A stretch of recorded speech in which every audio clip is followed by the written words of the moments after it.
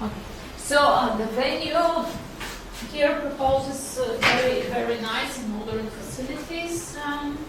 The room is great. In the lunchtime, there is a small restaurant downstairs where we can have some lunch. They have lunch menu, so after the first session, we can go there and have some lunch. And maybe every day we can practice, use these facilities and options here. Apologies from Joro, who won't be able to come to participate today, but tomorrow hopefully he's going to be part of our training. And yeah, Miro has prepared quite an interesting training for us. Thank you. He has really dived deeper in the topics and made great and diverse presentation on the project topics. And thank you for that, really. Thank you. That's why we decided to record the training, because we have ideas to maybe process this recording and maybe use it as an educational resource for our future projects and initiatives. We have already started thinking about the future possibilities. We're gonna try to apply with the new project in October, in the call in October, where Miro has already told you about it, and we will be very happy if University of Istanbul participates as a partner. So yeah, maybe we can send you the mandate later. Yeah. Because we don't have time. We don't. Basically, the idea of what we do today is based on the research that we done among different performers, the 50 people who participated. I made this agenda that you see today. Obviously, this time is limited to 4 days. But the next project, it will be a bit extended. Yeah. Maybe 5 or 6 days. Yeah, we will see. And in the future, we are hoping to develop this to a 10 days course that will take place in France. We want to accredit this course in the future. Yeah. Maybe we can involve the young people or the performers. Yes, exactly. Yes. So today we are simply presenting a demo version of the. We are getting the core of the. Right. Yes. Yeah. And then we will. And the next, the project that we'll be applying now will basically be targeted. The tutorial that we'll be doing in the end will be targeted not only to musicians but also music educators, music teachers, and also managers in the music industry. Like not only limited to performers but also music industry professional, music educators that can upskill their knowledge to the modern supply chain. I think the coordinating country can be France or? Well, we're gonna apply the project here in Bulgaria. We are including a French partner who is going to host this training event, and the University of Istanbul as a third partner who is going to participate in the training, both as trainers, if you wish, and as providing learners for the training. Because you already have developed You can have a share in this training. I mean, you can have 1 or 2 days for providing lectures. Because obviously for me it's too much for 4 days, and the last day here in Bulgaria we will have a marketing expert. She's really good on social media, and she's working with big brands here in Bulgaria, so she's gonna do the marketing and social media part. That's on Friday or That's on Saturday, the last. Yeah, on Saturday we're having our last partner meeting in the afternoon. Where we can discuss the training and how do you see it from your perspective, what can be improved. We can do some evaluations and to evaluate the agenda and to see. And we can use that for the next application on Right, Right. right. You know, so- And what else? Yeah, we would like to have a dinner. When do you leave? From Yes, Saturday. Saturday night. Saturday night. Something what like time? a very famous film. Have you heard it? No. Saturday. Saturday night. Yeah. Friday night can be, Yeah, Friday Yeah, night. Friday. Friday Yeah. night would be it's better. very late on Saturday, but Friday night. Yeah, Friday. More So the dinner. relaxed. Yeah, definitely. We It didn't would be better. arrange anything because we didn't know when are you leaving. So maybe Friday night, Sure. Friday Then evening. maybe we can ask Friday. them to rebook the Saturday for 11 o'clock. For what? If we are going out on Friday, we can start the Saturday or at 11 At o'clock. 11, yeah, to move a little bit the hours. Yeah, maybe it's a good idea. Yeah. To reschedule Right. the meeting here so you have more time to rest. But we will be We'll very see. late on Saturday, so we don't need to change the program, our agenda. We'll Only see. for the dinner. It can, for us, Friday. yes, Yeah. relaxing. Okay, so organizationally, that's from my side. Maybe Van is going to open the Yes, training, please. and then I'm giving the Yes, floor of to course. It's always my pleasure to see you. Thank Thank you. you. As well. Very, You know, thank you very much for And, your whole welcoming. I'm so happy, and this is actually not the last meeting, but this is for the last for this project Yes. meeting, and I hope it will be very interesting for you about Miro, and everyone's heard about all this. Will be useful information. Will be practically the people, the young generation, they can be, more sophisticated in these subjects about metadata and everything that is on the industry.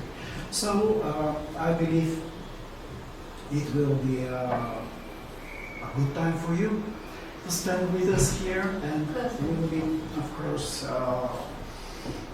reasonable as well. So, okay, I will give the word for Miro.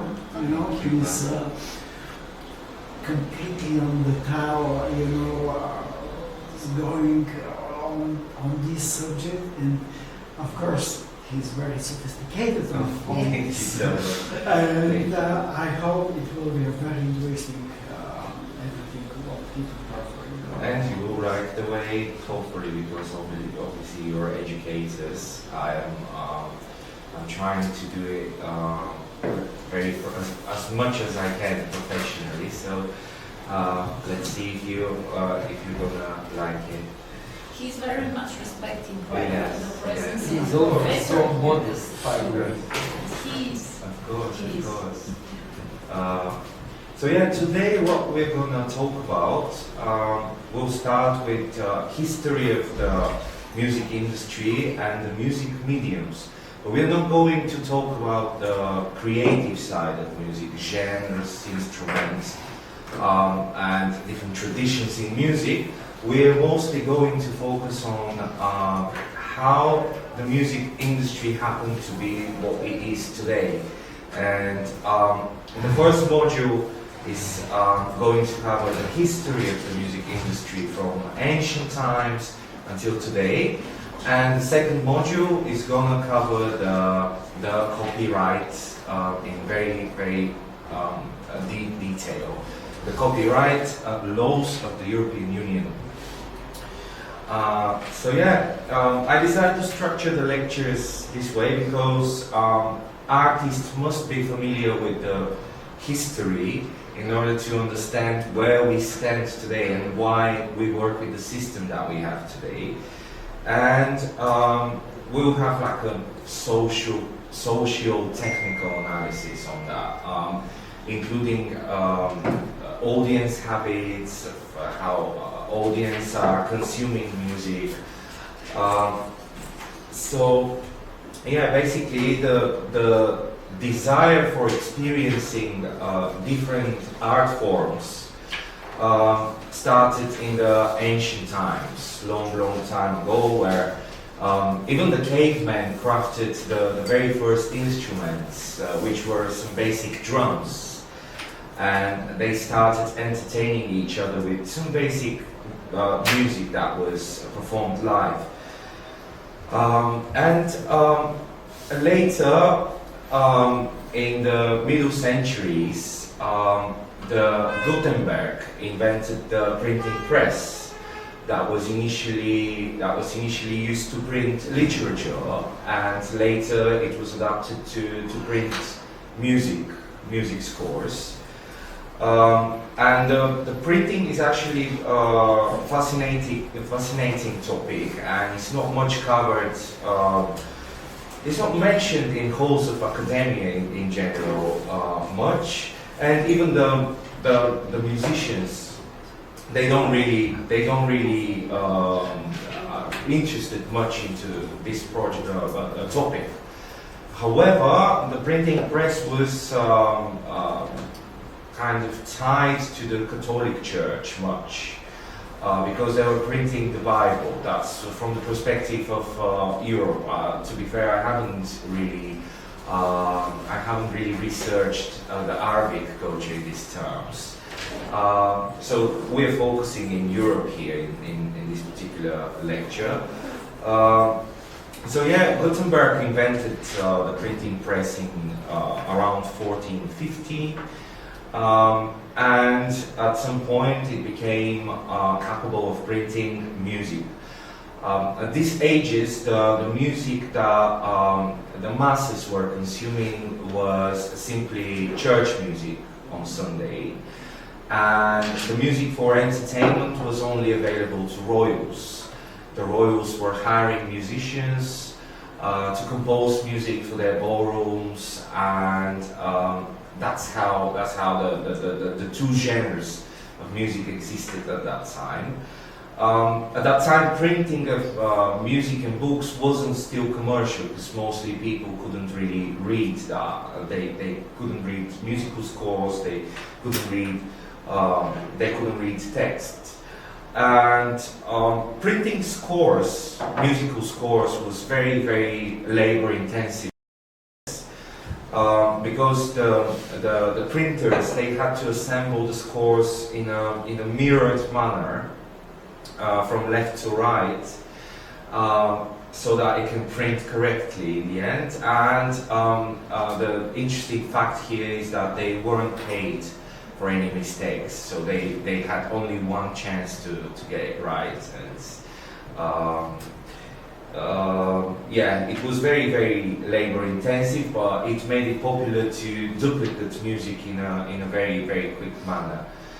And only in the 18th century, with the industrial, that's 17th century, the Industrial Revolution basically started, actually 19th century, the Industrial Revolution started, paved the way for more commercial delivery of music, where people were actually more literate to read, write, so they could also read music. Compared to the previous era, where the music was only used in churches, and that was the simple purpose of printing the chants that were performed in the Catholic Church back then. And during the Industrial Revolution, the bookmaking, news reporting, newspapers, and even print media were developing as economies and for profit. And this enabled the printing industry to deliver content to a wider audience at that time. But in terms of music, the music scores could capture certain aspects of the music, such as melody, rhythm, but in the case of a voice performance, a singer, the printed music was disadvantaged in these terms, because they couldn't really capture the detail of the performance. At that time, during the Industrial Revolution, for people to listen to music commercially, they had to attend concert halls, Even in the pubs and the bars around Europe, they had like street musicians, but that was the only time. So consuming music in this period was bound with time and space. You have to be, yeah. Up to now, we have been talking about live music. Live not music. recorded. Yes. Well, we touch on recording because obviously printing is a form of medium that transmits that music, and that's how it all started. We will reach the digital age where it's all combined into one. But back then, the only way to record it was on paper, and then it wasn't much detailed, particularly for the voice, because the voice has a lot of detail when it performs music. But on paper, you can only write the melody, the rhythm, the text, and that's all. And a lot of the detail is actually omitted from that. And so people had really desire for accessibility. They didn't want to have to go somewhere in order to consume music. They didn't want to have to go at a certain time, a certain place to consume music. And there was also aim for improving the recording process. So, and when we speak about this, exactly your remark, Professor, when we speak about the music industry, these are three separate industries: the recorded music, the music licensing, and the live music. And they are all separate. They have own rules and infrastructure of delivery of their own products. Because nowadays we use the digital convenience, but obviously to reach that point, the recorded music industry had to do a lot of inventions, so that we can actually record music in a quality manner. The music industry is all about creating and using music-related stuff.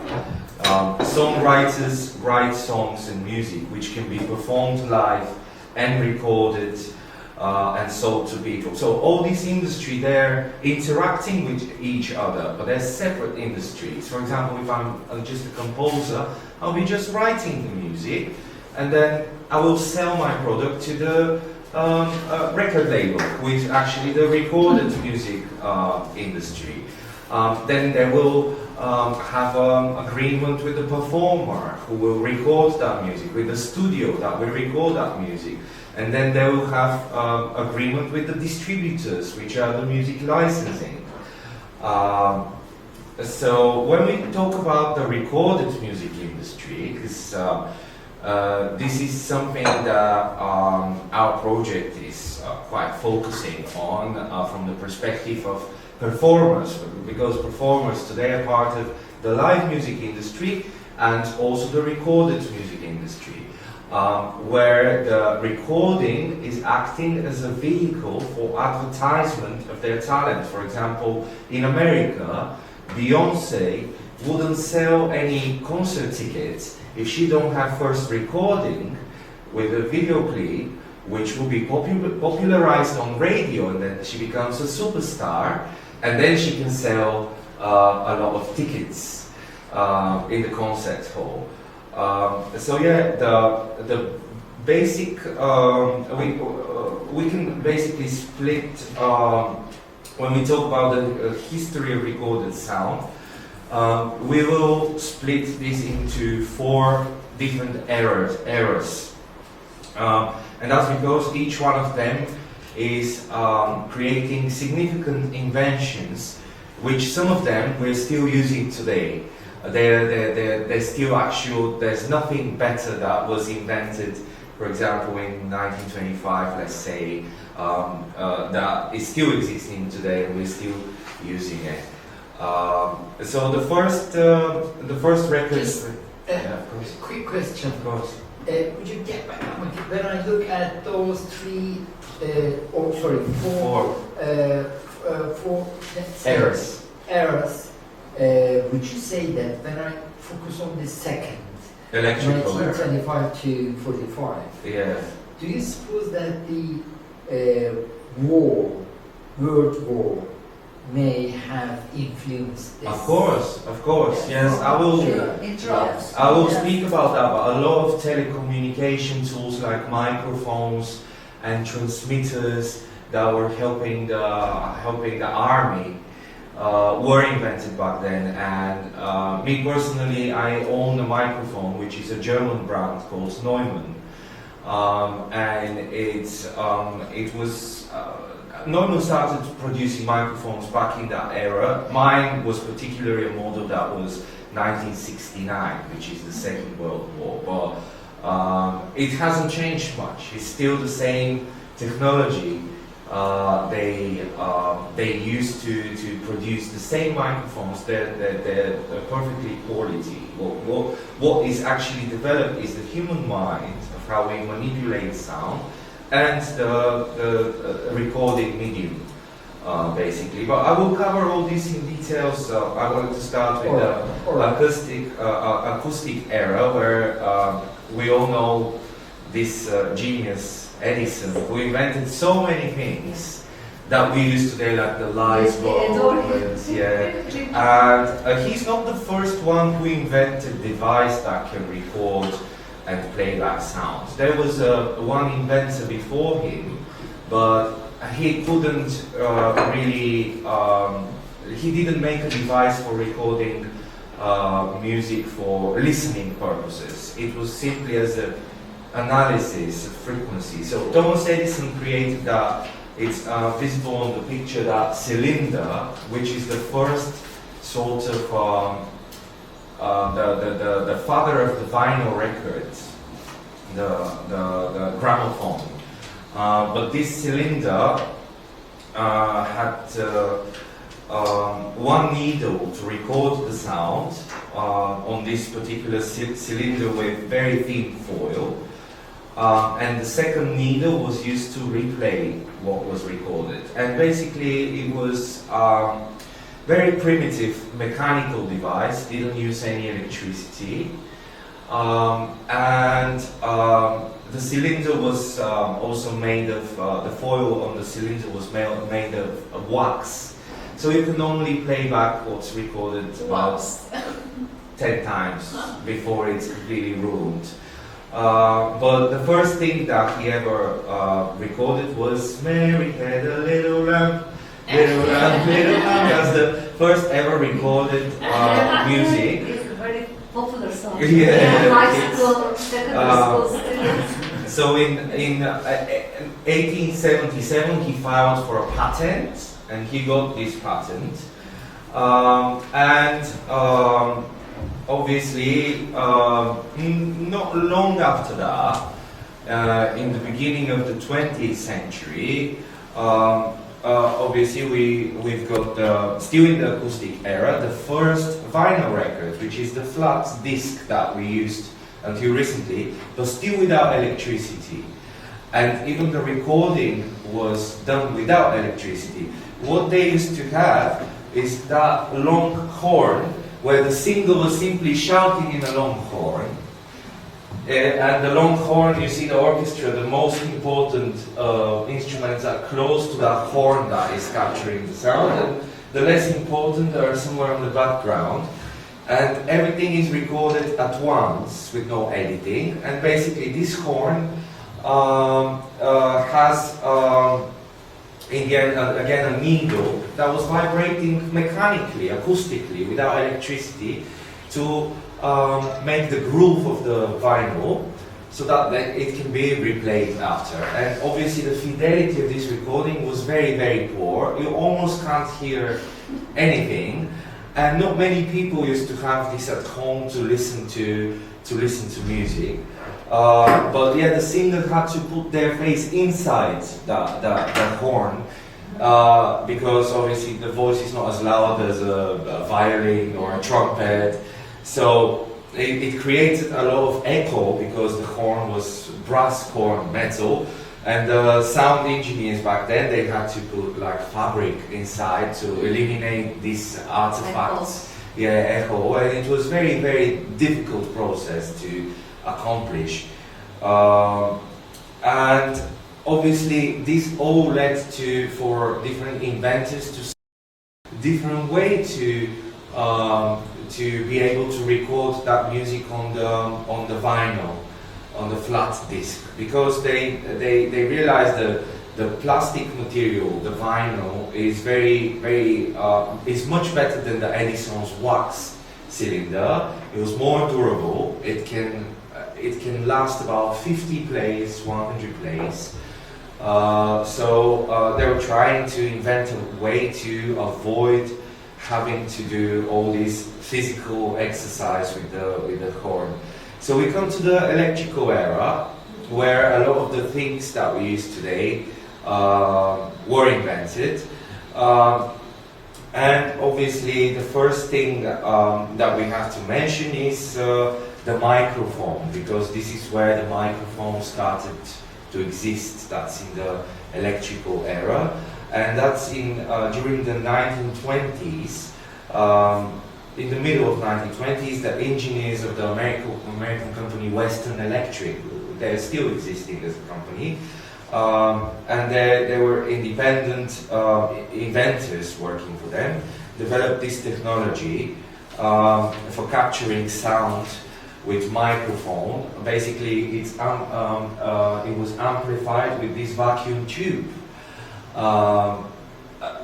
This vacuum tube used to be a part of even the TVs later. I remember my uncle in my village in the 80s, 1980s, had this black and white TV that you need to turn on half an hour before you want to watch, so that tube can warm up, and then the picture eventually comes up on screen. Yes, You remember that? Yes, Yeah. I remember, yes. Yeah. It's like a lamp. It's a lamp, Yeah, yeah. it's a lamp behind. Yes. When you switch on the TV, you wait like Yes, it gets 10 minutes in order Start for something to appear on the screen. Yeah. I remember we had television like Yes. that. But even today, some pieces of equipment, because we all record on computers nowadays, but it's always great to plug the microphone to a tube, because it's giving this analog warmth of the sound. It's very warm, very realistic, very lively if you plug the microphone. And they still use the tube in some modern digital analog devices. It's not completely obsolete still. So basically the microphone was connected to that tube, and that amplified, because the tube was amplifying the electromagnetic signal that the microphone was capturing. Inside the microphone there was a paper membrane, and then the tube was transforming the acoustic signal into electromagnetic signal, and then there was already electromagnetic head that we used to create the groove on the vinyl. So they had to start using electricity so that they can more precisely, not in an acoustic mechanical way, start recording on the vinyl. And that's obviously resulted in a much better quality of capturing, because the microphone had a very high frequency response from the low bottom bass to the top treble sibilant frequencies. And this resulted in a very natural sounding recording compared to the previous era, where you could almost hear it's noise and very so this is where actually started becoming commercials at this era, when Western Electric developed this technology for capturing, and obviously there was a time during the Great Depression in the 30s where there was the record industry in America almost died, but in 1932 a company called RCA, which is still existing as a record label nowadays, American again, they released that very cheap model of the first commercial model of turntable very cheap, because before you could buy one of these mechanical with a tube. You've seen those turntables that instead of a speaker they have this horn where the sound is coming out from the brass horn. But not many people could afford that before then, and that's the one that was the first ever commercial one that was very cheap, very basic. It didn't come with a speaker. Basically, people had to attach this to their radio in order to hear a sound. And it was very, very cheap. It was called RCA Victor Duo Junior.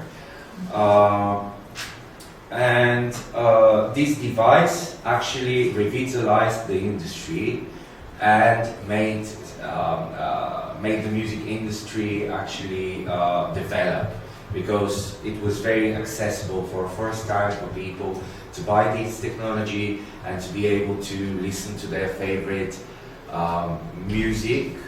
At that time it was all about music, not much about performers still. It was all about composers. It was all about musical works. So they were able to listen to this at their houses without having to attend halls, churches, bars, and so on. One element of the electrical era as well that is lasting until today is the loudspeaker, and that's not changed until now. It's again paper with electromagnetic tube on the background, and it hasn't changed much. Obviously, they invent better paper, they invent better wires, they invent better rubber on the side. But as an invention, as a construction, as a structure, it's still the same. Back then, it used to be called electroacoustic transducer, but now we simply call it a loudspeaker. And actually, what Which year is that? that's 1920s. 1920. Yeah, and actually, what this is actually a microphone in reverse. Yeah. The microphone is exactly the same thing, but the opposite way around, mirrored.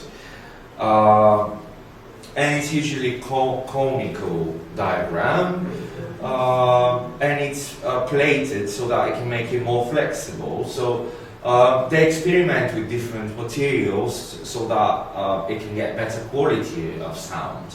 And it's the same effectively for the microphone.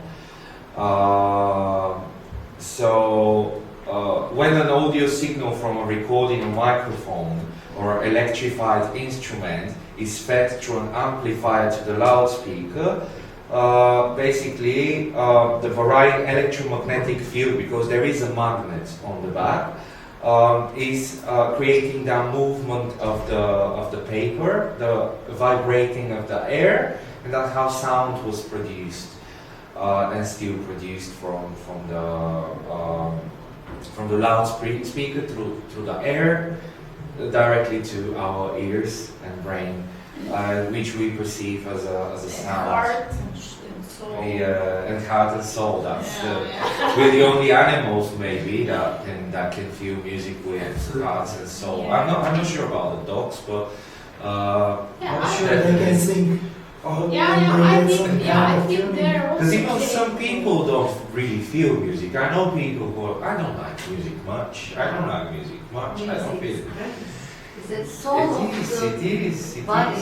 This is another point that we should get into to discover, to understand. Who are those who think that they don't like music? Yeah, psychologically, what is their because psychological it's profile? very, very critical. Yeah. Why? Yeah. Is it about the atmosphere where they or their background, their families, or just I mean Yeah, it should be. Yeah. I think it's kind of trauma. Trauma. Yeah, not It's to, something to do with their not to be emotion, acceptable. To emotional intelligence as well. intelligent. I don't think Could be people are genetic as born well. with it. Yeah, that would be another indicator. Yeah. Because of course. someone cannot accept this kind of hertz that is going low or high. I know people that can stand on when they feel low frequencies, and also the kind of animals. How we, with some, set that when you put on the net and there is some frequencies that we cannot hear, they're so low. And the mouses go out from the house. So it's like Yeah. for the animals. Actually, We what cannot- we know, is that different animals have different frequency spectrum that Yeah, they hear. this kind of spectrum. So even their kind of frequencies forbidden in the music instruments when the digital analysis comes, because some of the low frequency can make some damage on your brain. Actually, you can do some unexpected You things. can't feel it, but it No, does it make just coming to Yeah, your yeah. brain and you don't know how to react on. Yeah. And your brain just, can conduct you on the wrong way of behavior. Yeah, during Hitler time, they used in the concentration camps sound to torture Really? people. Yeah. Sure, They and the use sound to communist torture system people. as well, because they put some special equipment around, the apartment, the flats, and they try to damage, the people who are enemies, against the dictator. And this is kind of way because the people start to behave very uncomfortable and aggressive, and they say, "Oh, this is a person we need to put him in the medical hospital because he is out of mind." Yeah. So this is practically used from the dictators. as a weapon. Yeah. Yeah. So this is different way of frequencies, exactly. Precisely. What they can Yeah. In Islam, if I ask my sheikhs, they would say music is haram, completely forbidden. And then I ask why, and they say it's detaching you from Allah, it's bringing you away from Allah. This time you can use for remembering Allah. And how about music that is instrumental, like Mozart, for example? I remember Allah when I listen to Mozart. But because they're specialized in religion, I'm specialized in music, and because for them it's uncertain, and they say, music is haram. Yeah, there is rap music that talks about sex and vulgar things and crime and stuff. This is definitely haram music. It's definitely not having positive influence. But why Mozart should be haram? And I give them the example, music is like a knife. You can kill people with a knife, but you can prepare food and dinner. So it's how you use it. No, the knife itself is not haram.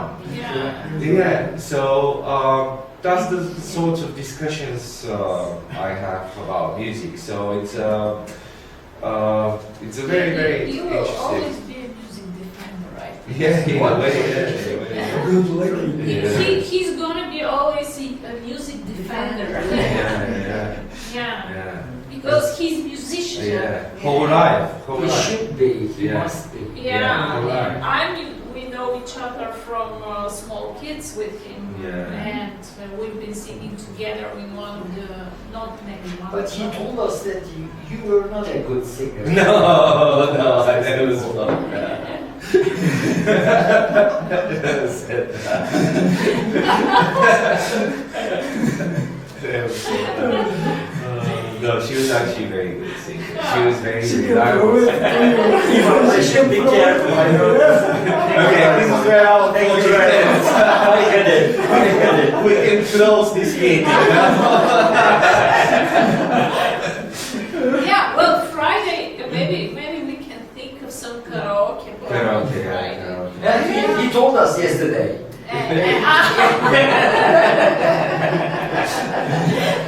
That's funny, funny. Yeah, we can go there and have some fun in the karaoke. Karaoke is great, yeah. Yeah, I love it very I much. love karaoke. we have to find somewhere here. I don't know where there is. No, everything's changed. Yeah, everything has changed. There was a karaoke in Biblioteca before. It used to be, but not anymore. But not No, I anymore. don't We think have so. to find. We'll something. find, we'll search. But let's come back to that. The loudspeaker didn't change for 90 years. That's what happened and remains the most common sonically accurate and reliable, converting electronic audio signals back to audible sound. And we move on to the magnetic era from 1945 up to 1975, where it actually developed, where it was used even later.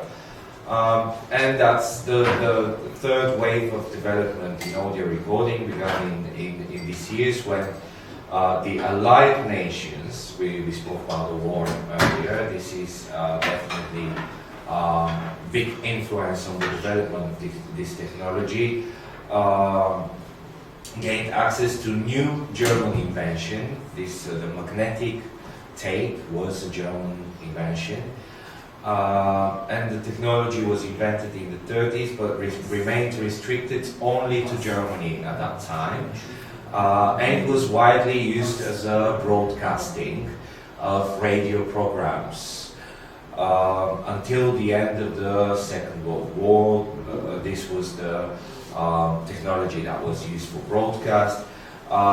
So again, this improved the quality of the sound. That was the main purpose of for the development of this particular technology. So yeah, this added another dramatic leap in the audio fidelity quality, and Allied observers first became aware of the existence of the new technology because they noticed that audio programs on the radio that were recorded sounded as quality and as good as the live broadcast, which back then with the vinyl, before the magnetic era, with the vinyl was impossible.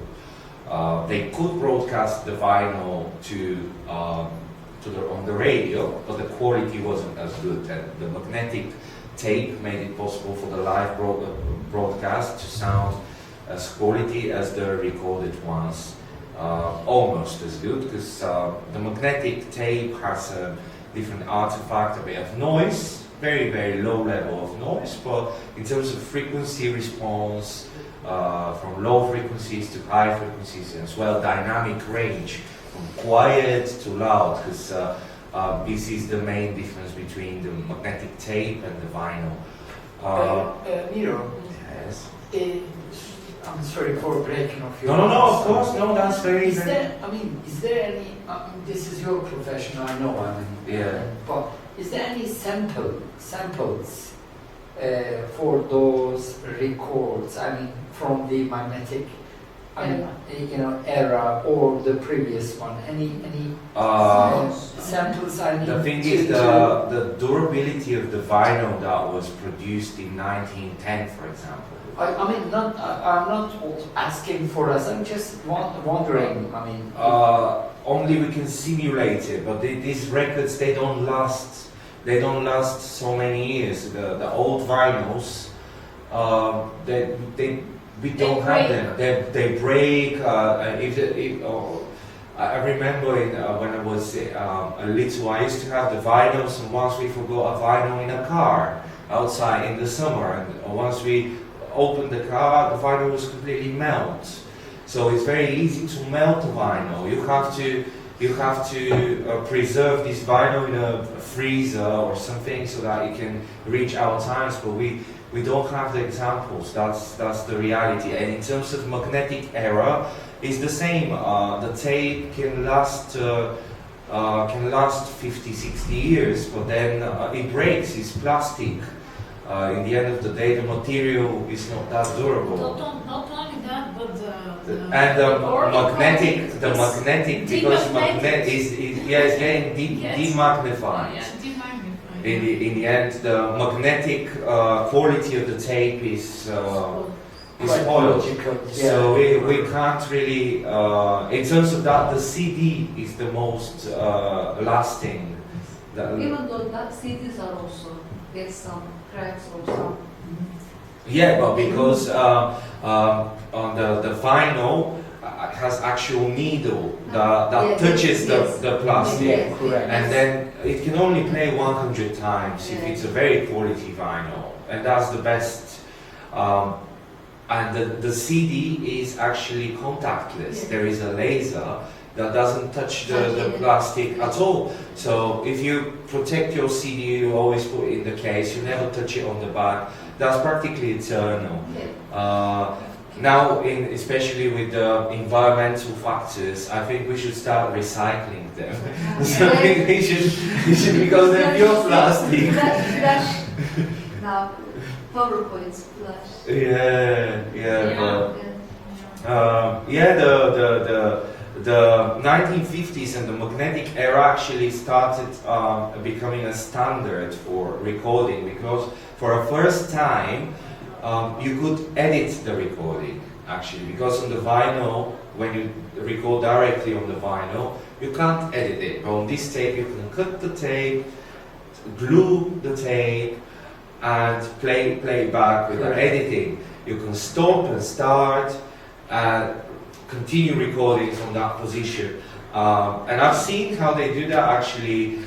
They have this large desk with a ruler in centimeters and seconds and milliseconds, and they spread the tape and they cut exactly where on the seconds they have to cut, and then they glue Analog edit. the analog edit. And I even seen sound engineer gluing it with nail polisher. Yeah, with nail polisher, they used to do that. Yes, that was the same for the films. I mean. Yeah, exactly. Yeah, the film. Yeah. And also the film, because you Yeah, asked for sure. the, Yes, he was telling me that.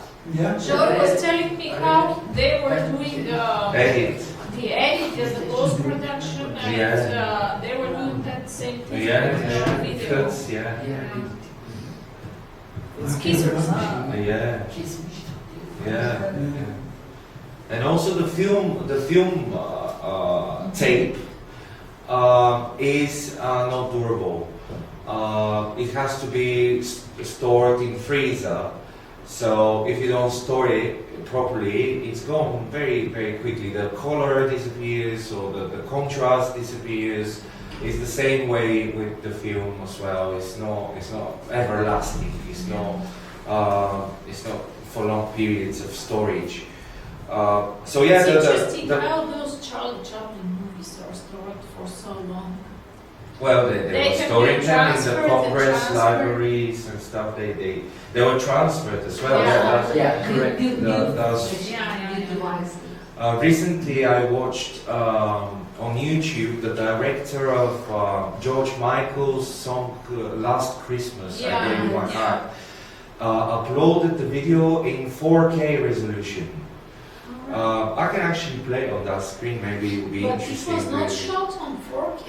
It was shot on film, and because the film is Yeah. analog, you don't have Absolutely. pixels. And if you make the focus on the lens correctly, you can zoom it as much as you like. You can see the pores of my face if the Yeah. focus of the lens is not like digital camera where you zoom and just That's pixels. it, yeah. And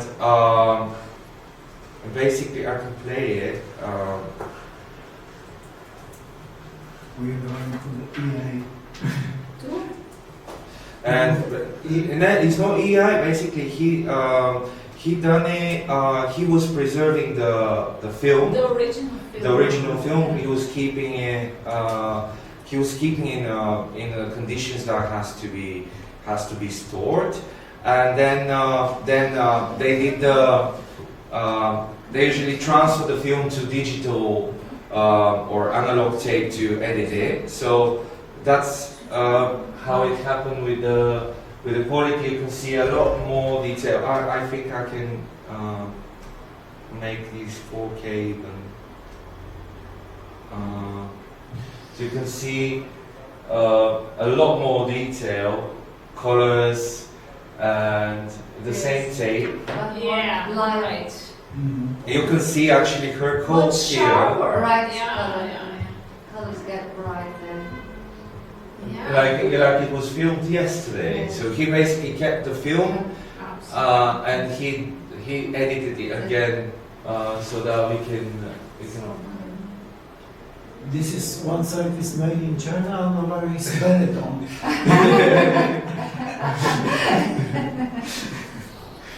So it's very interesting, this process. Unfortunately, when it was filmed in 1984, in order to be edited, they put it on videotape, and they edit it in a video editing. Yeah. Because this is film, and in order to film it, in order to edit, they transfer it to video in order to edit. And then most of the music videos from that era we have in a very, very low resolution, because back then we didn't have HD, we didn't have the same technology, digital technology, and not everyone is preserving the film, because that's very expensive to store the film for such a long periods of time. And I was amazed when I saw the picture. It's completely different thing. So clear, so bright and colorful. And unfortunately, a lot of the music heritage from that era is lost. It's lost because it wasn't stored on a medium that is a lasting medium.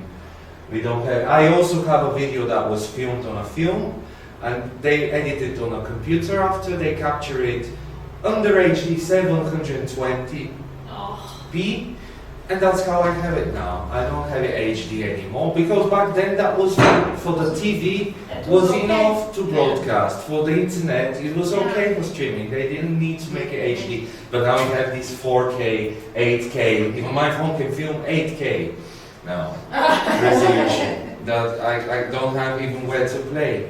Yeah, you don't have a device to project. So yeah, it's all about storage of audio and video, and basically the tape became the most preferred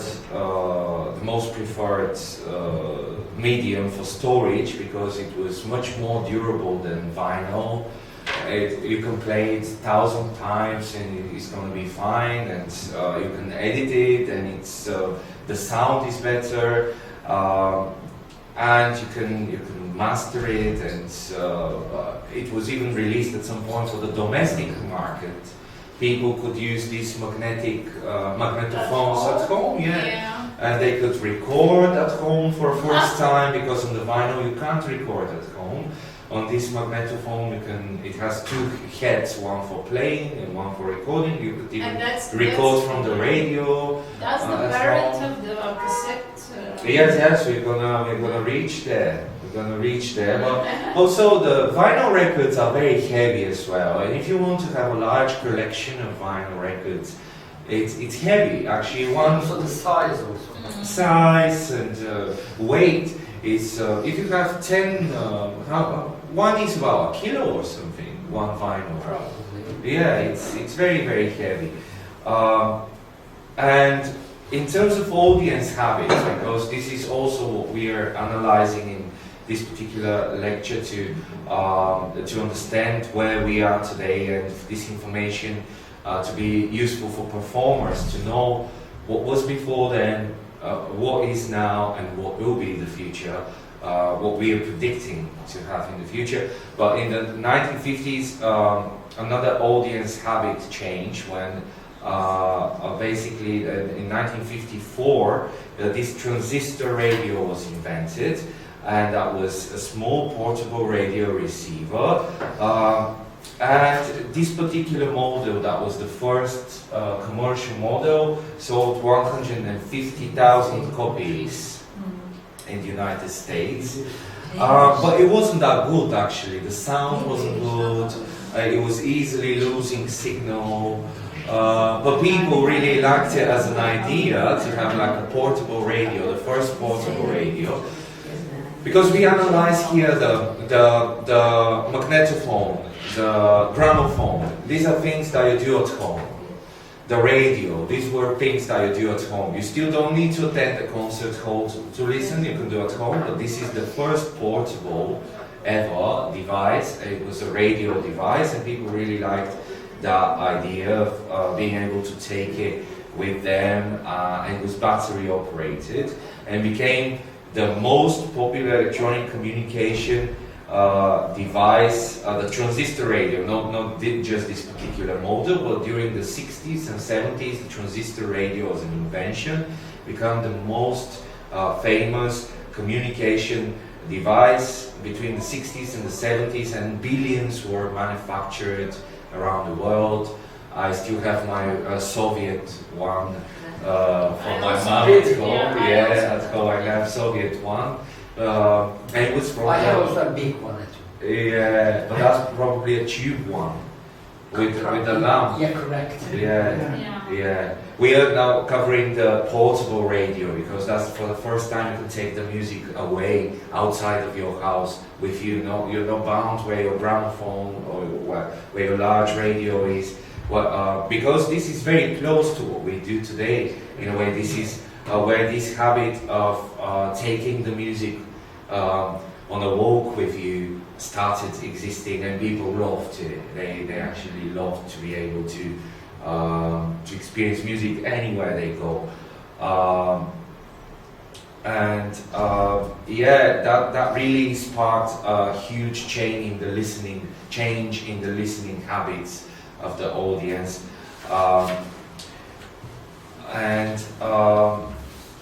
Eventually the magnetophone, because I mentioned it was initially available only in Germany. Germany didn't want to really share this invention with the world initially. They use it for war purposes, to announce broadcasts, to record broadcasts. Eventually made it to the USA, and the company Ampex, which is still existing. They invented that model. Ampex is American. Yeah, they invented this particular model 200, which turned into be the first music industry recording device, and that's because it was running several tracks. For the first time, it wasn't mono or stereo.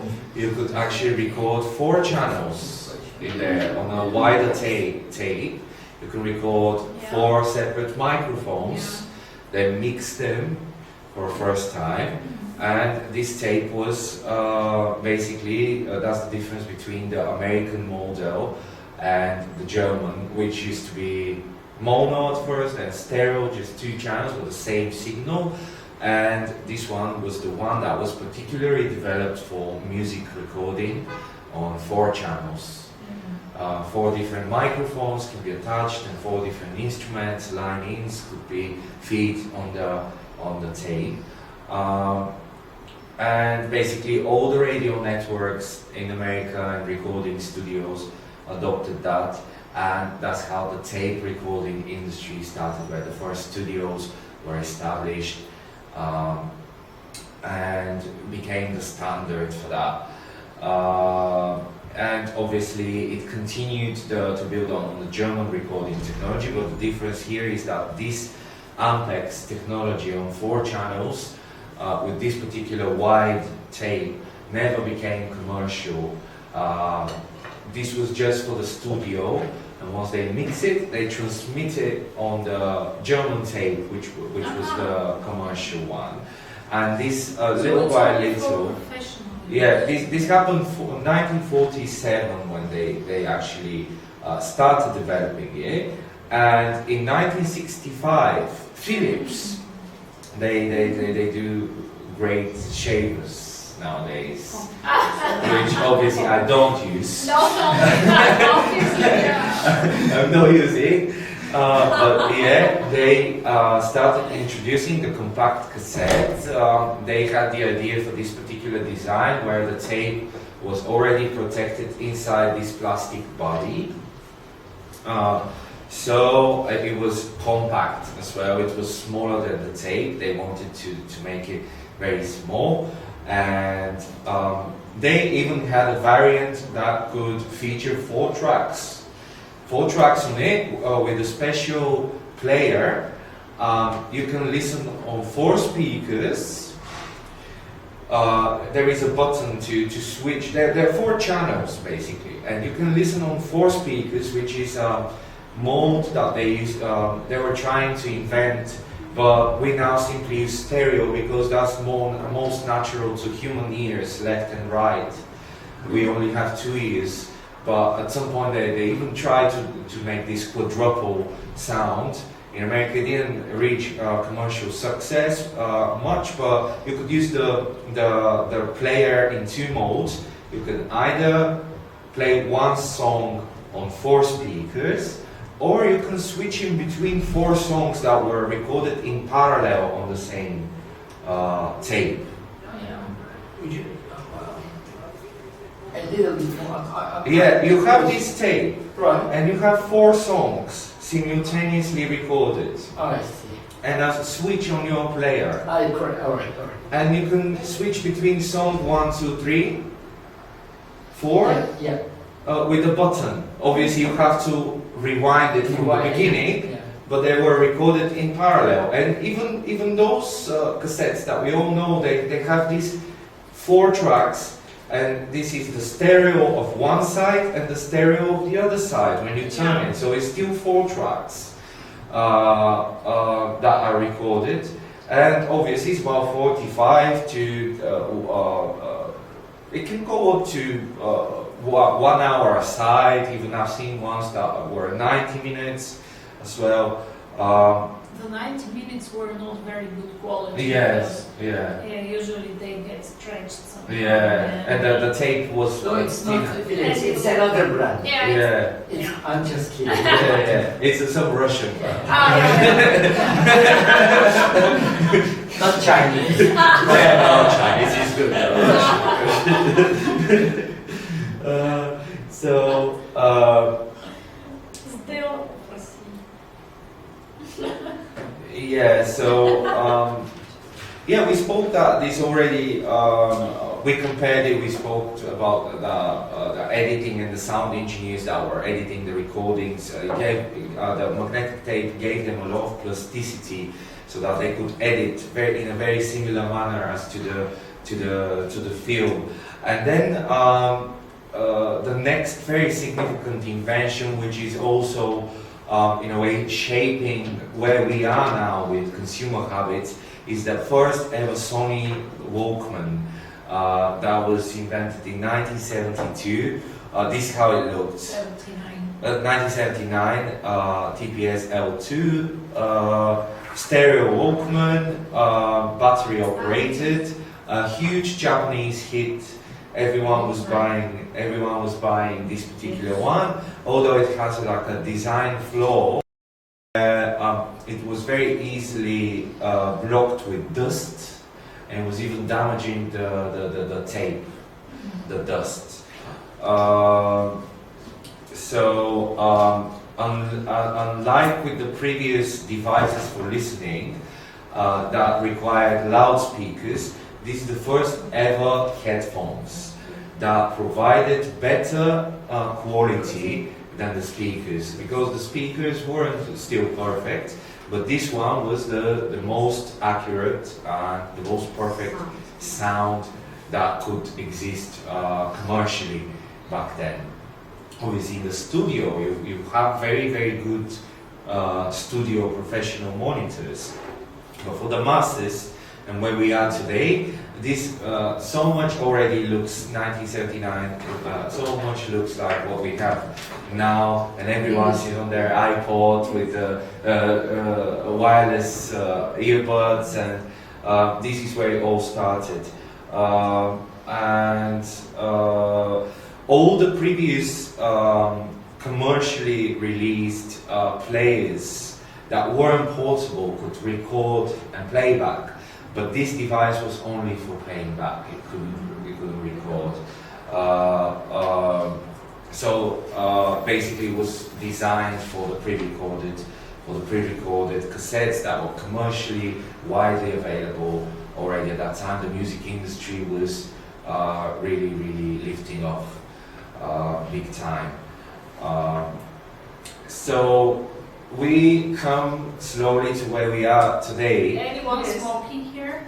I need coffee, some coffee. Coffee? Would Okay. you Yeah. like to make a small break? Yes, Yeah. I think so that we For can a invite coffee? a little Yeah. like the Cigarette? second No, because session. we will Diners have and friends can catch up. lunch at some point and not far away from here. Are you going to finish by 12 or 12:30. 12:30? If we stop now, 12:30. If we don't stop? If we don't stop, I'll finish. Oh my goodness. Page 20, page 65. This is only for today. Anyway. This only for today. Very hard working. Mira, thank you. You're most welcome. I hope Very you really interesting. like Very that. interesting. You think it's useful for the performers as well, and music educators. Is it 125? I mean the number of page. No, it's. I think it's 40 pages for today. Okay. Yeah. So shall we stop for a coffee or? Okay. Okay, let's stop for 10 minutes, 15 minutes. Let's say. So Yeah, we Do you start- smoke? No, I don't, but Do you you smoke. I only smoke. Do you smoke? I'm the only smoker in the room. That's Are it. you? Yeah. Nobody else? I'm the only smoker in the room.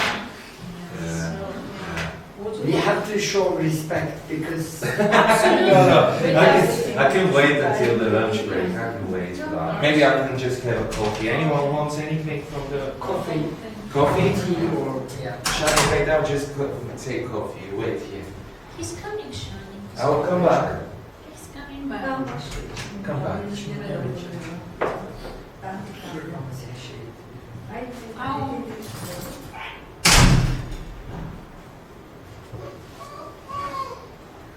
He's coming, Shani. Ало. На телефона, да, здравей. Знам. И надявам се, че Oh,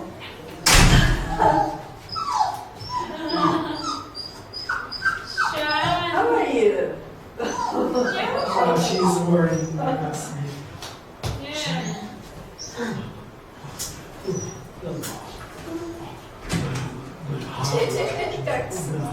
Yeah.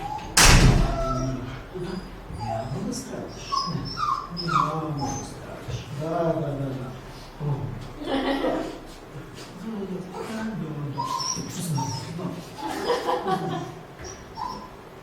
Супер честно.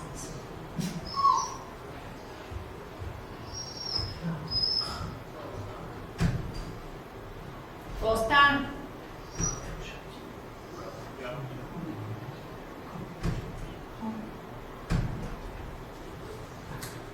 Значи виж сега. Да, значи виж сега. Той идва от Англия, от Лондон до София, за да участва в партньорската ни среща по проекта. Тук и провежда едно обучение. Сега, въпросът е, че аз искам да му изплатя командировъчните намирания, които се полагат по проект, и просто искам той да си ги вземе тия пари, разбираш ли?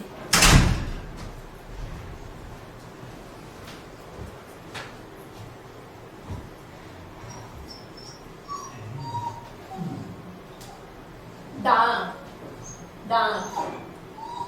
Значи ние трябва да направим командировъчни. Колко?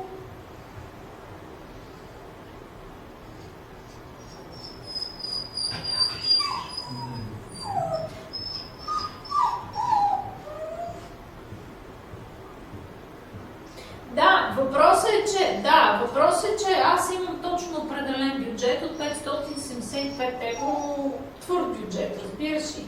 И аз искам да му ги изплатя тия пари изцяло. Тоест ние от този бюджет ще приспаднем разходите му за транспорт. Той си пази там билети за влак, каквото има. Защото той с няколко влака се е предвижвал.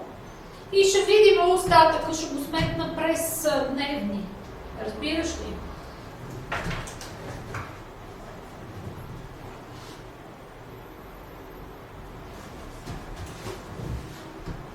Да. А влака навръщаме? Всичко. За навръщане? Ще го питам. Да си купи.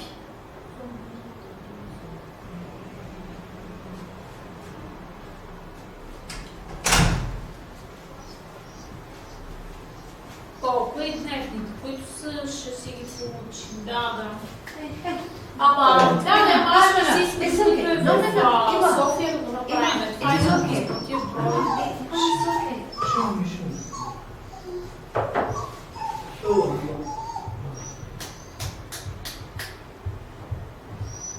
Да, така ще направя. То ще има вероятно някакви плюс-минус дребни разлики, но като цяло да, така ще направим.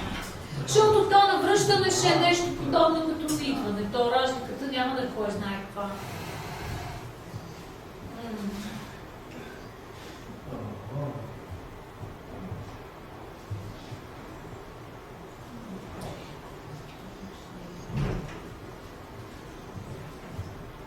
Да.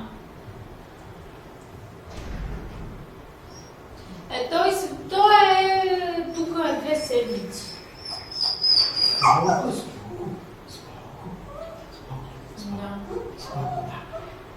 Добре, ще го насмятам и ще го пусна да кажа дали е окей, така. Добре, сестра, хубаво. Как сте вие, изкарвате ли си добре?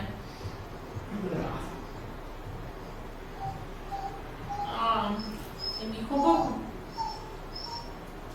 Екстра.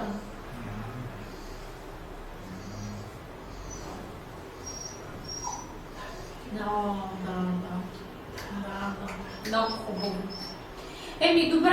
Добре, айде чуваме се, значи нещо, ако има и така, лек път ни желая и така.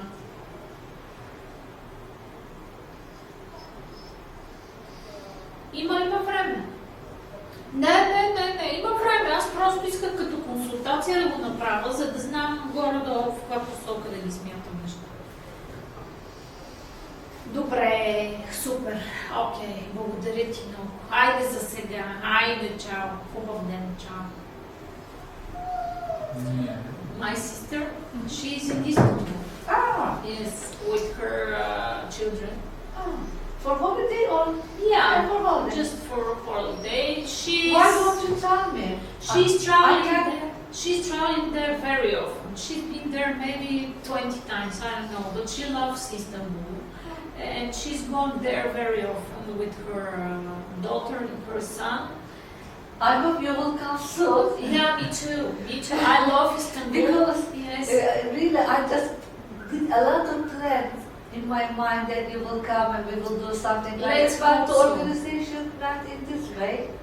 Yes. It is not very important for me, but I want you to Yes, come. we also just would- because I know you like Istanbul and Very much. I know you have memories, Yeah. and I think that is why I wanted a lot. yes, I have very good memories with Bosphorus. I've been there with a boat. It was great experience. And Kapalı Çarşı. Yes. You can, yeah. All You in like- my list that all these places when you come, I make plannings because And the restaurants and the food is amazing food, you know. And the hospitality there, you meet the hospitality never there isn't any other place in the world where I meet the hospitality like this. You just pass through the restaurant and they begin talking to you, welcoming you. friendly people. Sometimes they do a lot, but I love this attitude really. Okay. It's great. Yeah. Shiny. No, she's good at she's very cute indeed. yes. But I'm She very was crying here actually. crazy Обаче indeed. виж, тя се It's a very little one. What can she do for me? But I don't know why. I don't know. Indeed, I like her very much. But I'm scared if he jumps me or if Yes. You are scared. a little bit. Yes. Indeed, I like to see. As Julie, we look down the Всички са много добри. It's all Едва sweet. смалини. Yes, sweet. We asked for, specifically for salty, Sweet, but savory. Tasty. Yeah. Yeah. They're good. But too many. Eat more. Now try this one with the raspberry.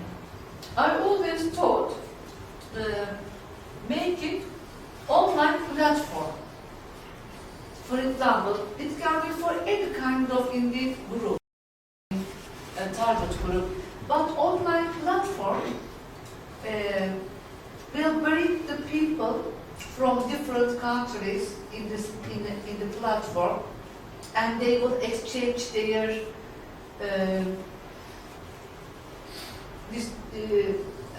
their works or their events, and maybe they exchange also to work abroad or to perform there, for example, for the musicians or for the art, perform their art. I always think that if we can create a project, just For this platform. no, not for this project. Yeah, a different project. Yes, yeah. a different project. The main output will be the online platform, Yeah. and then it will bring our project's target people, I mean, Yeah. in this platform. It will Yeah. gather the people Yeah, here, yeah, and yeah. they will Exchange. exchange. Yes. Yeah. It's an exchange platform. Yes, maybe exchange platform. Yes. That's interesting.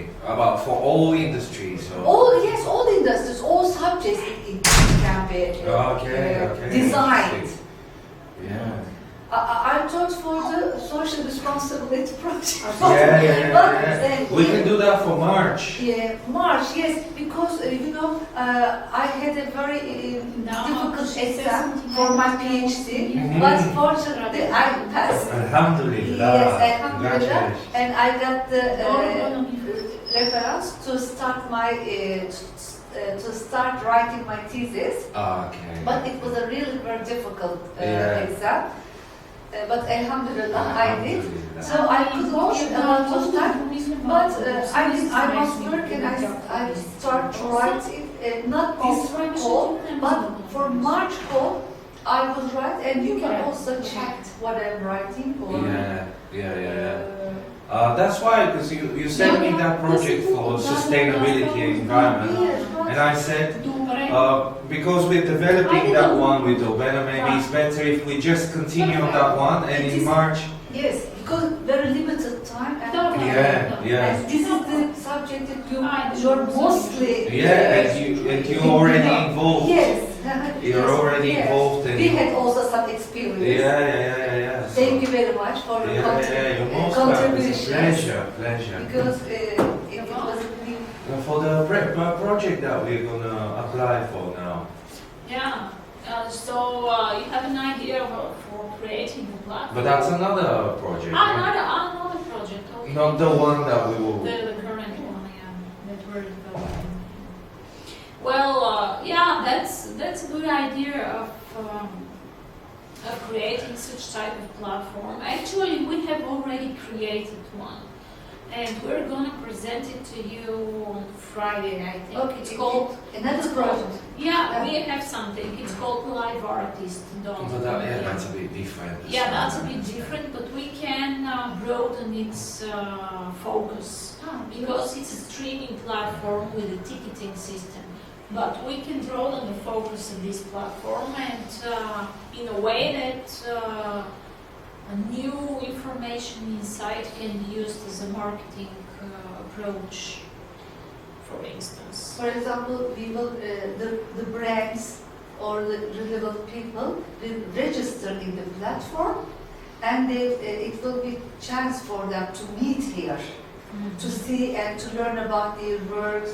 Maybe, for example, Bulgarian company will invite one of the Turkish musician or one of the Turkish music company will invite Bulgarian musician to Istanbul or to some places in Turkey, or for example, or the other partners countries.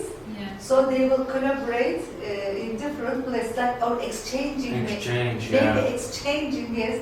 For example, here's the company here will send his artist into Istanbul, and the company will send here, so they will exchange. Yeah, and knowledge and skill exchange. Something like Yeah. that. maybe. Huh? Yeah.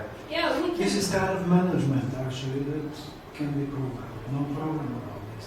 Also, we can have because live artists if there is any lecture on the subject or any like what we are doing here, you can see everybody from all around the world. They can watch on the record, on the HIF, all the lectures or event or whatever is happening if he is interested in it.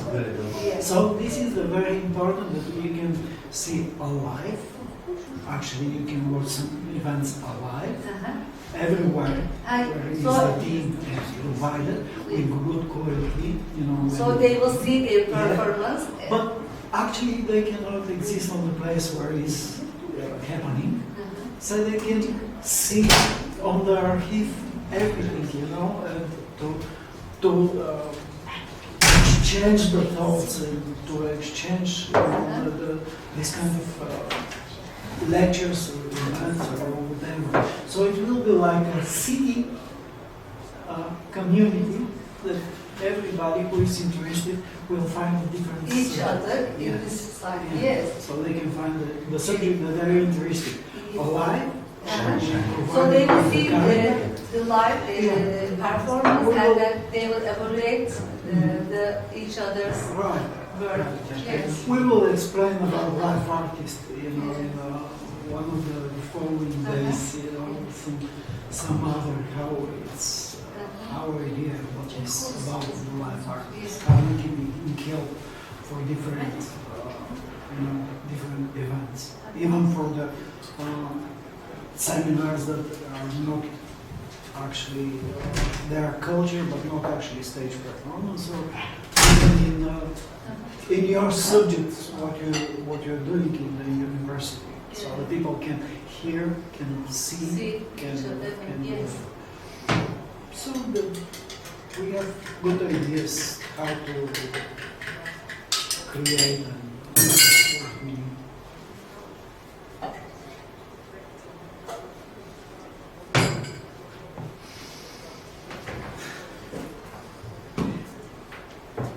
Czekamy Betkizia.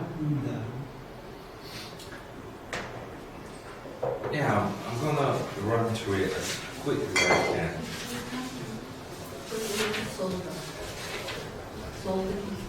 There's so much about the MP3.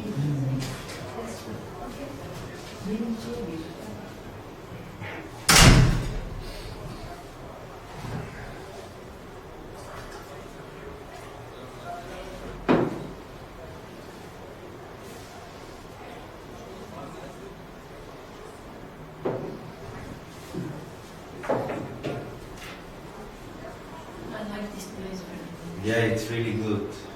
The Yeah. only disappointing part was the catering. Why? Because I feel, There is nothing because they salt. didn't listen to us, we said we want Something salt. savory things, yeah. Yeah, but we told that to Angie. And Angie is not part of their team. But she sent me yesterday, or the other day before, said, is this okay? And I immediately responded, no, it is not okay. We were together with Betty. Yeah. Oh well.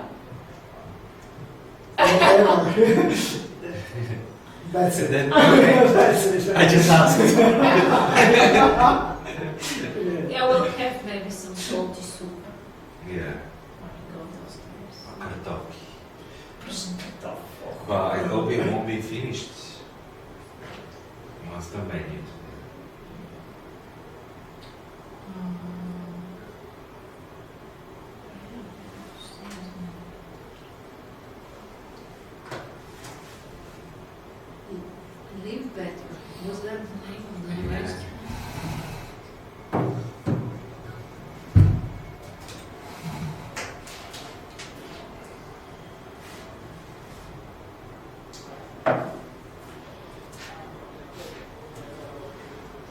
Feel better. I feel better.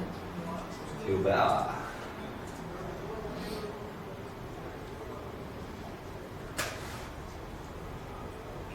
Bar and snack.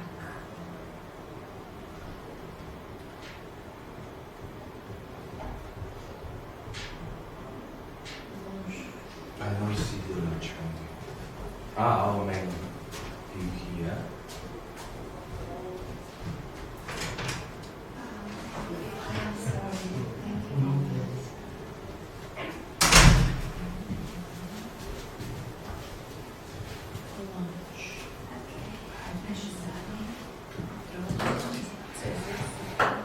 Gazpacho on top.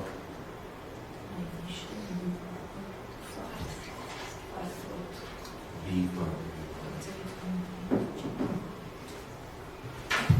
Можно извлечь I mean, just wash it. Да. So let's get on with the digital era.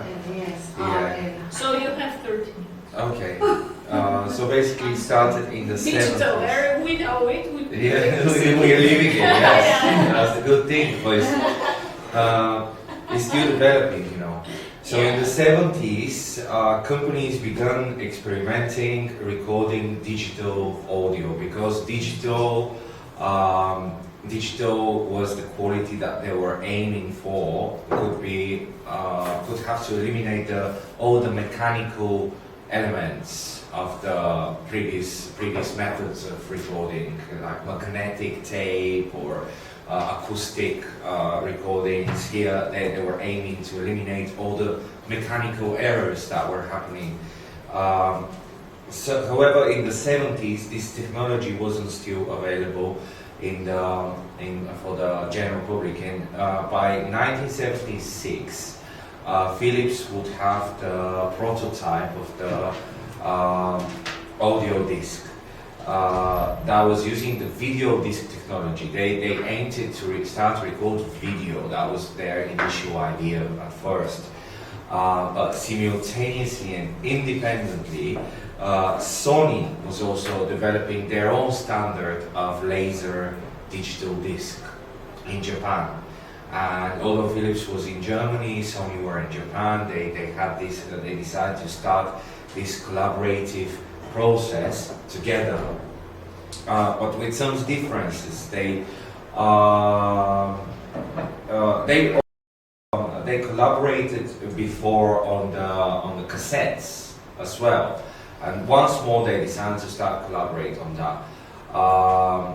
And there were competitors in many areas, but they also have a long history of cooperation.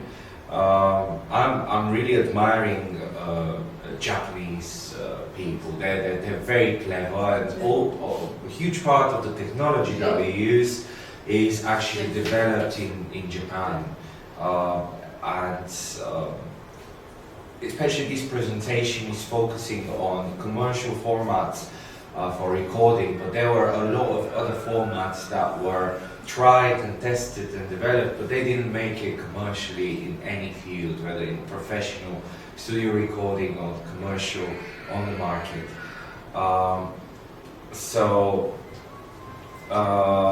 They are developing this CD together, but they are also competing in many aspects of it, especially the technical aspects. They disagreed on almost every aspect as far as.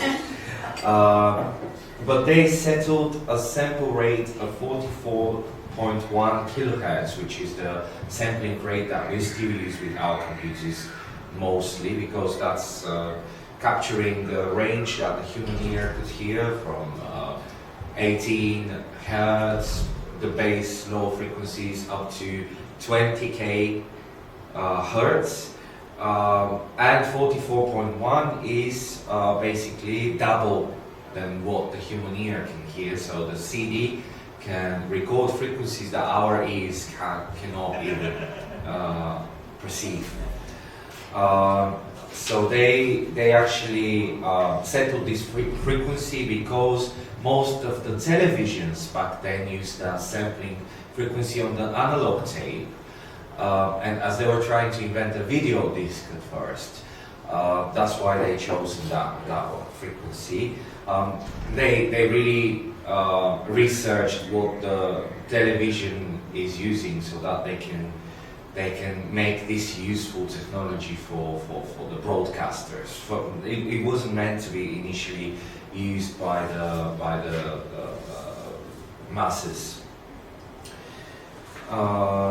So they also had this agreement on the size of the disc as well, the diameter, and also this would affect the length that would be recorded. So basically the diameter and time standards were curiously decided by the wife of Sony's vice president. And she just said that the disc should at least be long enough to fit in the Ninth Symphony of Beethoven. And this was her suggestion. Scale is very academic. Yes, basically. Yeah. And they started researching what is the actual length of the recording. They asked the record labels, how long is that? And obviously, Polygram said that it's 74 minutes. And it was mono recording made during a concert in Germany, 1951, and that became the maximum playing time of the CD because the wife of the vice president said that she wants to listen to her favorite symphony, and on this one, Sony and Philips had an agreement. Strangely.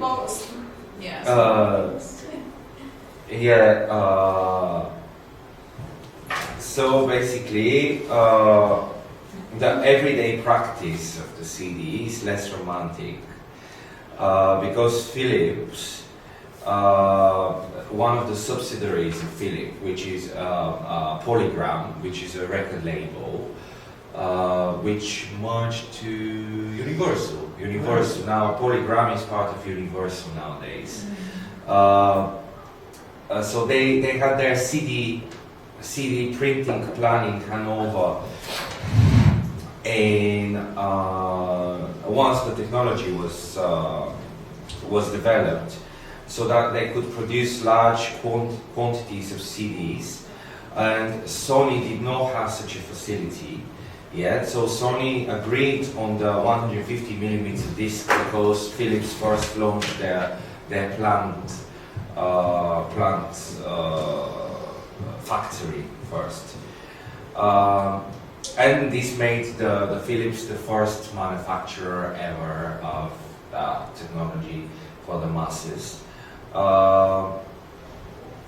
So I can just keep that part to shorten a bit. So yeah, the Austrian conductor Herbert von Karajan was very impressed with the qualities of the CDs when he first heard it, because it was truly very close to the live experience that you get when you listen to classical music. In particular, the CD for the first time, it had very low levels of noise, and the high frequency range and dynamic range as well. So they eventually, in 1982, they agreed on the format, and they started. They signed up the Red Book with the exact specifications of the CD. They had arguments on many things throughout this period, but obviously it took them almost 10 years to develop this format. That's very labor intensive process. For them, they were very motivated to achieve that, and it took a lot of time. I can imagine a lot of engineers would have been involved, and a lot of discussion Could would you have imagine happened. how Germans and Japanese Yeah, collaborate over the has been phone. collaborating and arguing on different Yeah, technical stuff, yeah. you know, what kind of That would be argument. really, that would be really interesting and fascinating to learn. But obviously, the first CD players, commercial for the masses, were very expensive. $2,000 was costing one, which back then was a lot of money. Even now, but back Even then now, even more. Yeah. But 2 years later, it was possible, they managed to develop cheaper ones, and it was possible for them to buy for $350. But it's still not a great sales achievement in the beginning of the 80s when the format was released. The first ever CD in the world is the album The Visitors of the Swedish group ABBA. That's the first ever released, and it was sold in so many copies. And everything looked perfect, obviously, until the home computer came. And those 10 years of development of the CD were in a way destroyed by the future development of the home computer. Initially, the home computer didn't have a CD slot. It used to work with a small diskette, which was again magnetic medium, but with digitally recorded information. Compared to the magnetic tape, it had different way of recording the information. Later, CDs were added to that computer, and with the development of the technology behind the computer, such as processors, RAM memory, hard drives, operation systems as well, the CD started being capable of recording. So that's the first commercial CD recorders came with computers, which affected the music industry a lot because people started at that time, even before the internet era, started copying discs, which wasn't possible initially. Then with the development of the internet speed and the interface, it's very important for us to speak about the MP3. For the father of MP3 is a German scientist called Karl-Heinz Brandenburg. So he was leading a group of other scientists, and they were trying to develop a format which is digitally recording multimedia. Initially, again, it was aimed at video mainly, but also with audio layer, because the video was taking an enormous amount of hard disk drive. They were trying to make this compressed for a small format, so that it doesn't take a lot of hard disk drive and memory, but at the same time big quality. And they started doing this in the 80s, by the way, even before Windows. His group of experts was called MPEG, which is Moving Picture Experts Group. Later, this name would be contributed to the file format that we even use now for the video MPEG. What was the Moving Picture Experts Group. So basically, what they were trying to achieve is encoding audio signal into a smaller format. And early encoding processes were designed to filter a signal into layers of sounds, and which could be saved or discarded in order to minimize the space. Some of them will be discarded. And this scientist, he was trying to analyze what is audible to the ear in that CD and what is not audible to the ear. And what is not audible to the ear, he will discard it. For example, if you have a CD with recorded silence, nothing on it, it will still be 850 megabytes if you extract it on a hard drive. The silence will take 850 megabytes. But in the MP3 that will be 0 bytes, because the encoder analyzes what's recorded and discarding, and is trying to filter out unnecessary to minimize the size of it. So There's an idiom. I put the empty CD in it to listen to my mind. yeah, To listen you to get my it. mind. You get it. You get it. Yeah. Understand it? Yeah. Absolutely. Yeah, you get it. You get it. What are you going to listen now? I'm Yeah. going to listen my mind. So- Listen to my mind. They try different. They try different. This is not empty because it's It's your mind. megabytes. Yeah, It's it's still Yeah. And it's- actually, if you record your thoughts on the listen, Maybe it will would be be very even more. interesting.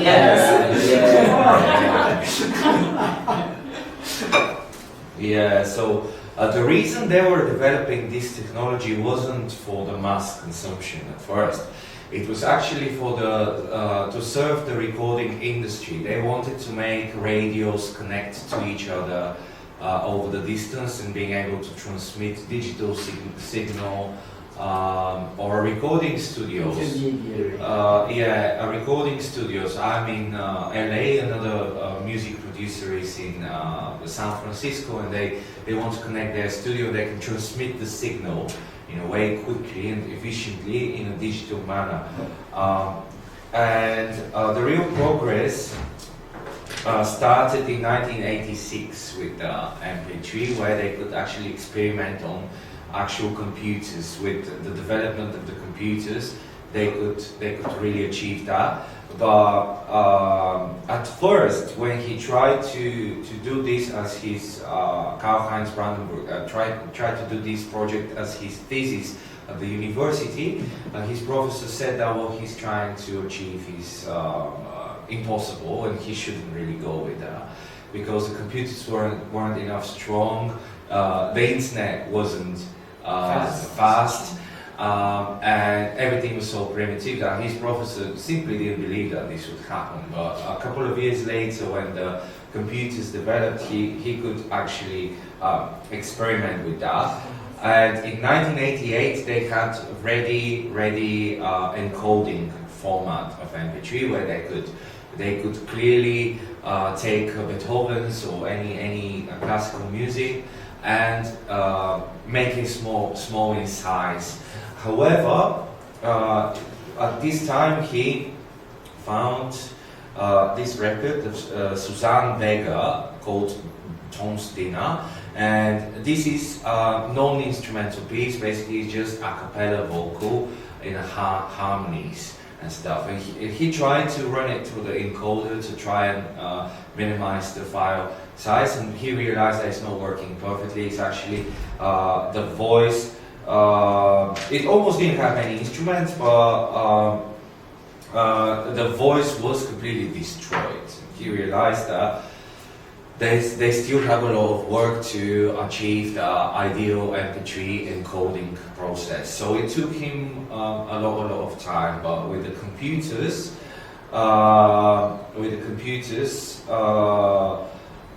they managed to finish the process 1993, 1994, but it didn't have any users at that time. So they had to look for different ways to market the technology, and his idea was to make the encoder, the thing that takes the audio signal and coding it into a smaller size, expensive and not mass available, and the decoder for all the people to listen, cheap. The one that can read this format to be cheap. And basically,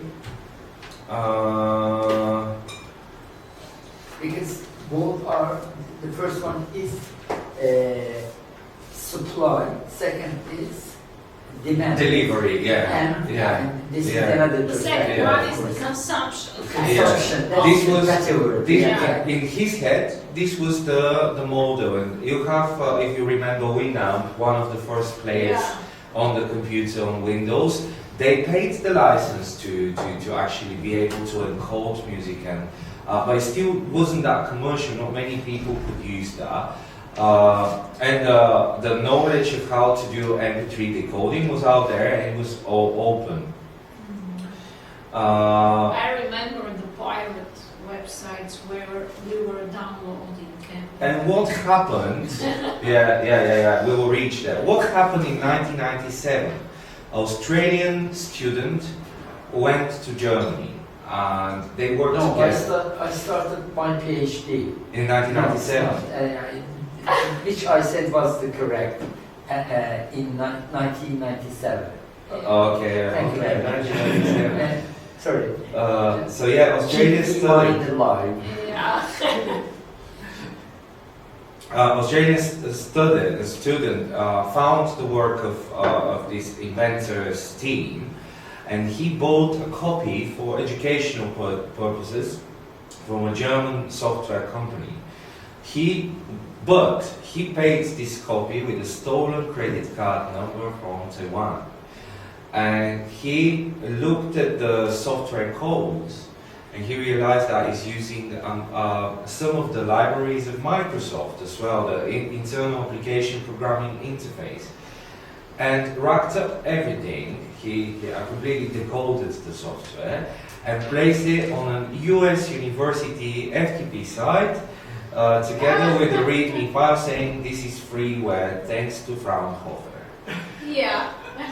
And this is how they gave away the business model. Someone stole the business model, and this is what we were reviewing. The expensive encoder, decoder was cheap, couldn't happen anymore. And basically, when the developers found out that this is happening, they told everyone to stop distributing it because it's stolen software. It happened, and then everything went out of control for many Decades. industries, for decades as well, for the music industry, for the software industry, and for everyone. Freedom.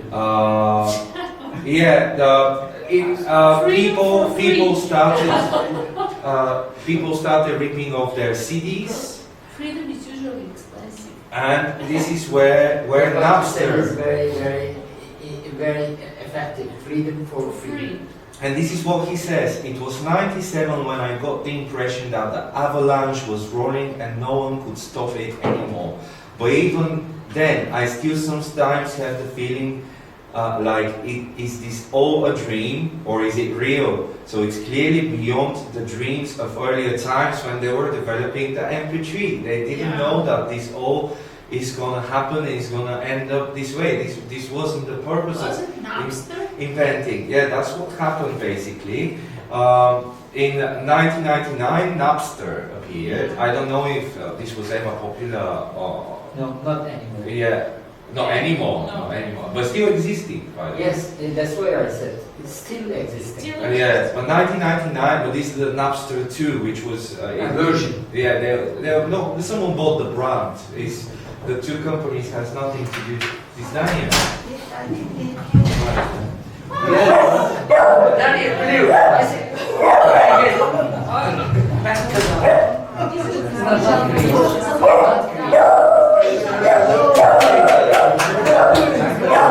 Ben kazandım.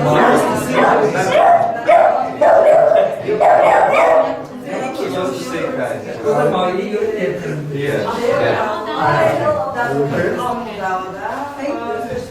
Sorry for being late. Nice to see you. Same color. Same guys.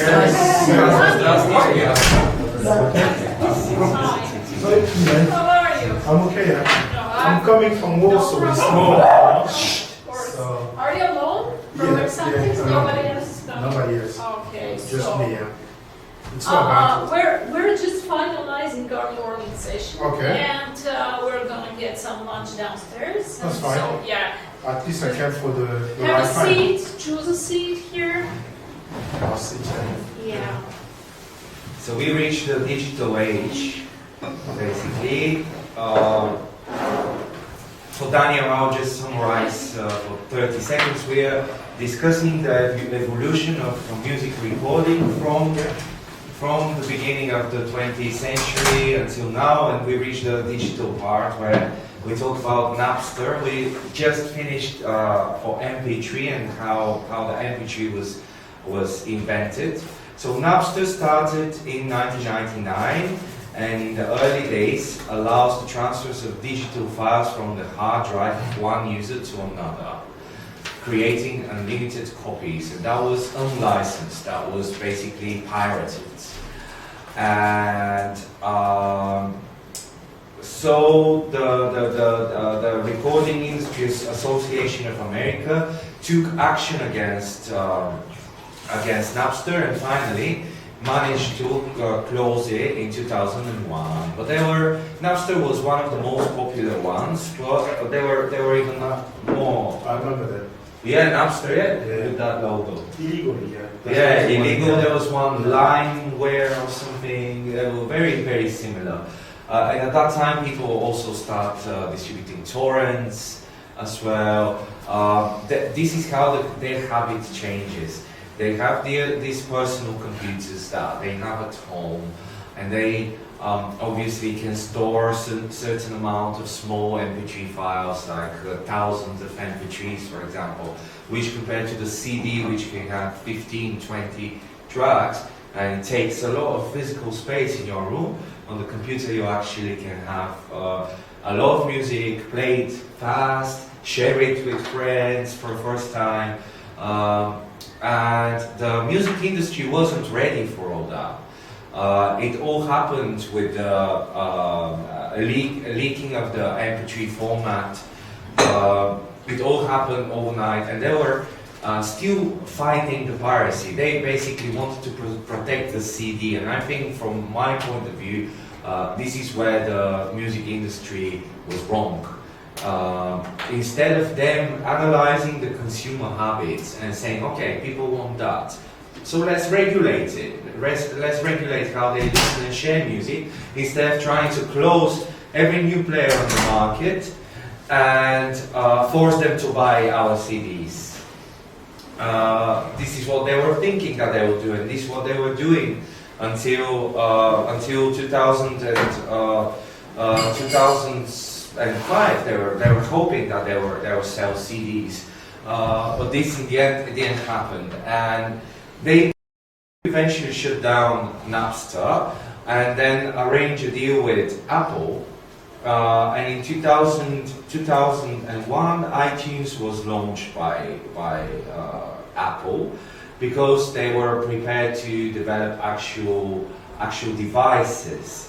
They wanted to develop a model which is, in a way, matching the consumer's preference of storing MP3s on their devices, but at the same time to make it in a legal way to serve the recording industry.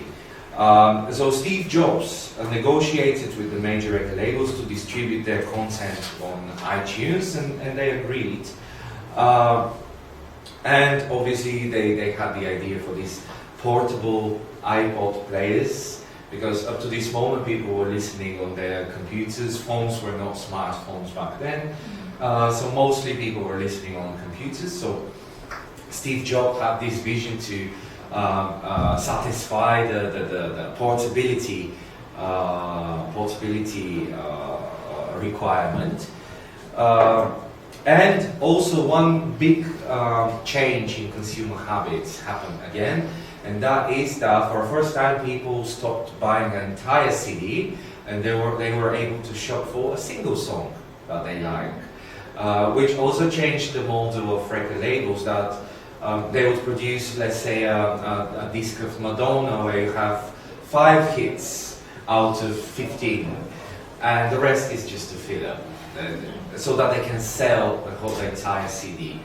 So for the first time, iTunes changed that, and it truly revolutionized the way that people were consuming digital media.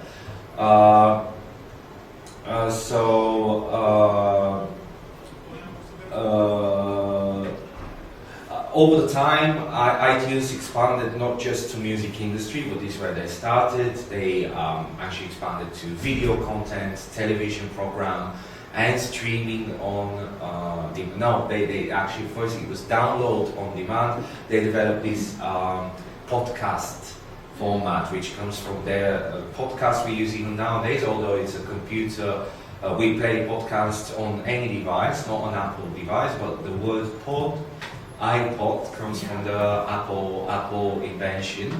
So people could download podcasts as a format on their devices, which were talks, radio shows, or even TV shows, and watch it on some of the iPods of Apple had like a video screen where you could actually watch video. Are they still on sale? No, they in 2007 the first iPhone was released, and this is where the iPods were discontinued, because the iPhone was actually having this iPod app on the iPhone, and the first iPhone was released together with iPod, which was exactly the same as the iPhone, but without calling capability, without SIM capability. So this completely ended with the smartphone. Completely ended the CD era, and although Philips and Sony spent so many years developing about technical stuff. A lot of people has bought in their home. Yeah. So basically, between 2001 and 2010, the CD sales plummeted 60% just because these inventions, the first download platforms. And we're still not talking about streaming here, because simply what iTunes was offering was the download. It's essentially creating a copy of a file on the consumer's device, whether this be a computer or a phone. So the physical music sales fell by 60%, which for the American music industry, which is the most developed one, resulted in $14 billion loss just for that period of time, just because the technology. So it comes out that the technology. Those German bastards. It was Australian. The Australian students made the mess for the whole industry. So yeah. Those piracy stuff. Yeah, and in 2008, the music streaming site Spotify was launched. It offered. When was it? 2008, but it was initially available only in America for licensing reasons. I think it wasn't American. It was. Spotify is it's a Swedish company. Right. Yeah. It was Swedish company, but it was first available in America. I see. But it's a Swedish company, yeah. So can I just ask you a question? of course. Because obviously you mentioned like the CD sales kind of went down because of things moving more like digital. Did it really have an impact on the people who work within the music industry? Yes, I can tell you. For me, as up to 2007, you could still sell your. Up to 2007, I worked with Universal France, and they would license my track and put it in a compilation with other artists like Snoop Dogg, famous Rihanna, David Guetta, and even though I'm not this rank of artist, I'm not as famous as they are, the compilation sells, and I receive equal money as them. And yes, this affected me in a way that they're not any longer CD sales anymore. This is the era where the unauthorized copying was happening a lot, and people were sending each other MP3s and stuff. They realized that they no longer need to buy CDs. So that was the main problem the music industry was trying to resolve. Because what I was thinking, like, because Yeah. obviously you stop the CD, piracy goes down. Yeah. You know, because at the end of the day, you know, that was mainly the goal of it. Piracy Yeah. go down. So that means, you know, from your perspective, you know, you should get more revenue. From where? No, it's a good question. You can see the graph. The green is the So- CD sales. Mhm. You can see in 2001 CD sales were the most. You also have others, which means vinyl or cassette. Yeah, that's the year. But you can see how in 2010 the sales are more than a half, more than a two-thirds Yeah. even. But the revenue from streaming, the yellow one, is still not enough to cover this gap. Okay, I got it. And you've got this gap in between 2010 and 2015 where it's still uncovered. And now we're 2023, and I can tell you that streaming made it possible for independent artists to release their content. And now this money, previously they were So it concentrated. took 20 years to catch up and to get over this. No, to gap. 12 years, yeah, in a No, way, yeah. 2001 I'm seeing this. Yeah. It's basically, Yeah. it's a huge gap. But Because, now, because I mean, what I'm thinking, I mean, you know, okay, the physical stuff was there, but your content was still available for different type of channels. yeah, it is, but the revenue that I get from one play It's lower. on Okay. Spotify So the royalty- is 0.00001 cent Okay, so it's for one play. I need to make 10,000 Right. plays to get $1, and if I sell a CD, I get $10. Okay. For one, So from one you cent. can't really compare it. Compare it. And now this is what the industry is working in 2023. The record labels are trying to force the streaming platforms to, in a way, give a larger share of their profits to the content creators. But Spotify already say that they share 70% of their turnover for copyright royalties, and they can't anymore because once upon, if you like, this artist and this artist, this artist and this artist, for 1 year you can buy 20 CDs and you pay, let's say, €15 each CD. You know, and that will make £3,000 you're gonna spend on 20 CDs, so £300. Yeah, And now on Spotify you pay €7.99 monthly subscription, but you have access to the Everything, yeah. whole repertoire in the world. Yeah. And you don't listen to that or that or that. You even leave it for it to automatically Right. suggest some music Absolutely. for you. And now, with the development of the technology, the music that was available back then, the amount of music that is available now is so much, so that even a smaller share of the pie is for even for the large artists. Because there's so many new independent artists that labels support. They made it on the internet. They used social networks. They used their friends to spread their content, and they made it. And that's why live concerts are now So much for preferred. these 15 years, since 2009 to about 15 years to 2023,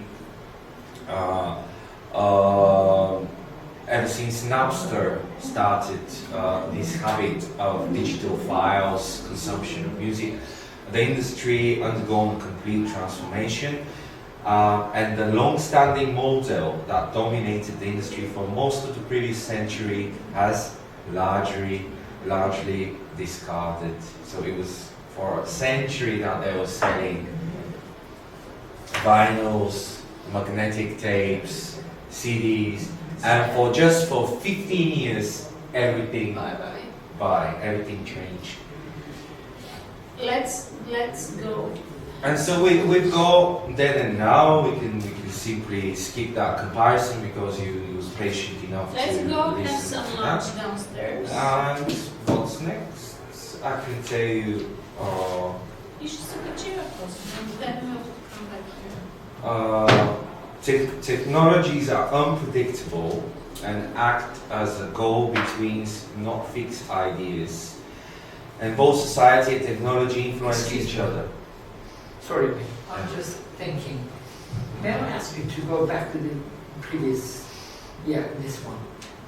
Is there any data values, let's say, about the number of producers? I just want- Content I creators. just want to understand, per head, let's say, to be able to understand the Yeah. real. Yeah. We may be able to find this information, but it's also proportional to the development of technology. Because before, for you to produce a song, you have to go to the recording studio. The recording studio that I used to work in 2001 had weaker computer than my today's laptop. Right. So nowadays is again exponential. You can see how with the technology. But I'll fetch these numbers. IFPI should have these numbers. Definitely number of producers, a number of artists, content creators as well. Because it may show us the net situation to be able to compare. Yeah, to Otherwise add another it's- dimension to this graph. Absolutely. Yeah. Thank you. Yeah, Yeah. that's a good question, yeah, because I've Definitely. been asking myself as well about this. I think the content creators have even, they have grown exponentially. Yes. Because now you can film with your Yeah, phone. Otherwise, what do you mean by Absolutely. freedom? I mean, freedom. What Yeah, does it freedom, mean? not only for music, but also for those type of podcasts. And not just that, but around 2010 when YouTube started being really popular, Yeah. back then we had two class of content. One from major labels like movies, music, Madonna, Rihanna, and so on, Yeah. famous singers. And then the second class, Powerful producers. yeah, and second class, which is UGC, we call it in the music industry, user-generated content. Content. And UGC is now, in a way, the same class as that one. Madonna competes with someone on their laptop who made a great hit that people love. So this also, in a way, Changes. changes. That's the Big freedom. levels are in the shade. It's These are getting- the basic. It's democratizing the. It's getting more and more decentralized, both the production and the consumption. Democratization of Yeah, technology, democratization of production. There Yeah. are a lot of publishers who are more flexible than the big labels. Correct. Yeah. And this is the way how they actually do the perfect job for PR companies and all advertisement of the artists. Exactly. And that's why some big labels, he mentioned, about Madonna. Madonna, He canceled Rihanna. her contract, here is only her contract with EMI. Actually, that was the last album in New York, what they presented. And after, she started to work with a publisher who organized all the concert in the future, in the contract, and she was more happy to work because the big labels, their age lawyers will cut your hand, But the publisher is more flexible and given more freedom of the art and the level that you gotta produce. Because the label, when you go to the big level, they are concentrated in a very narrow track.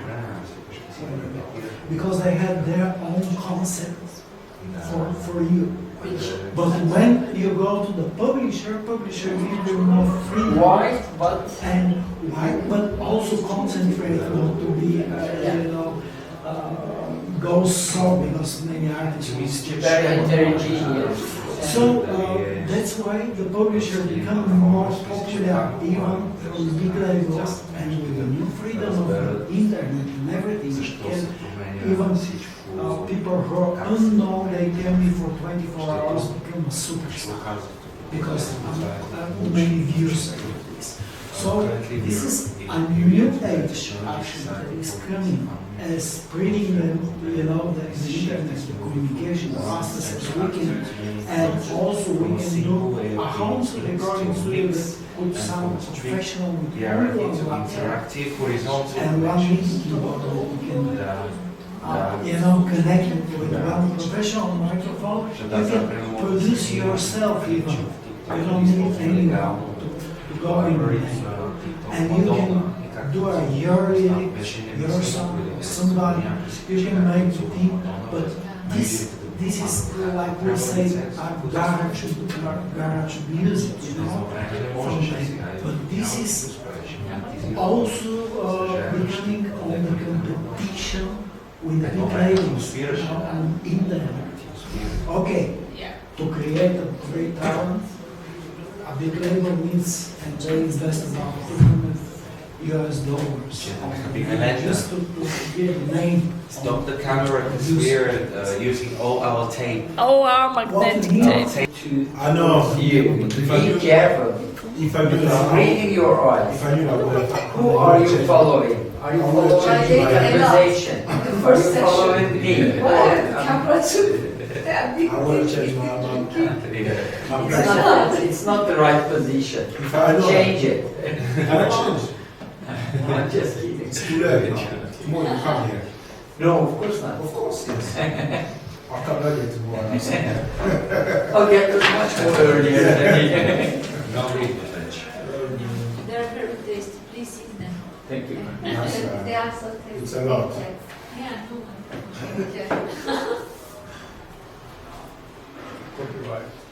Yeah, so after we reviewed the history of the music industry, the next module, and maybe that's the most important one in the whole agenda, is the copyright in the digital age, and that's because that's the foundation of our project, upskilling performers in the digital data exchange standards.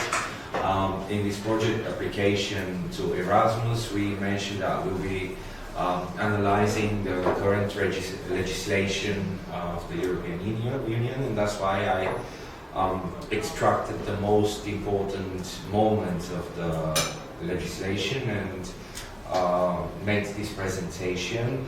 Obviously, the next time we're going to run this with another session, we'll have to update it because this is ever-changing topic. Changing matter. But yeah, we start from the purpose of copyright law. It plays a significant role in today's digital economy because everything is based on copyright, from content to software products, and everything on the computer screen and everything on the internet is more or less protected by copyright. This includes news, video, audio programs, website designs, and so on. And copyright aims to encourage economic efficiency in the creation, management, and use of creative content. Without this remuneration for the artists or the creators, it will be very difficult to achieve advance in creative expression, advancing software development standards, and so on. So the copyright provides incentives for creators to produce new works and ensures that they're rewarded when others use their work.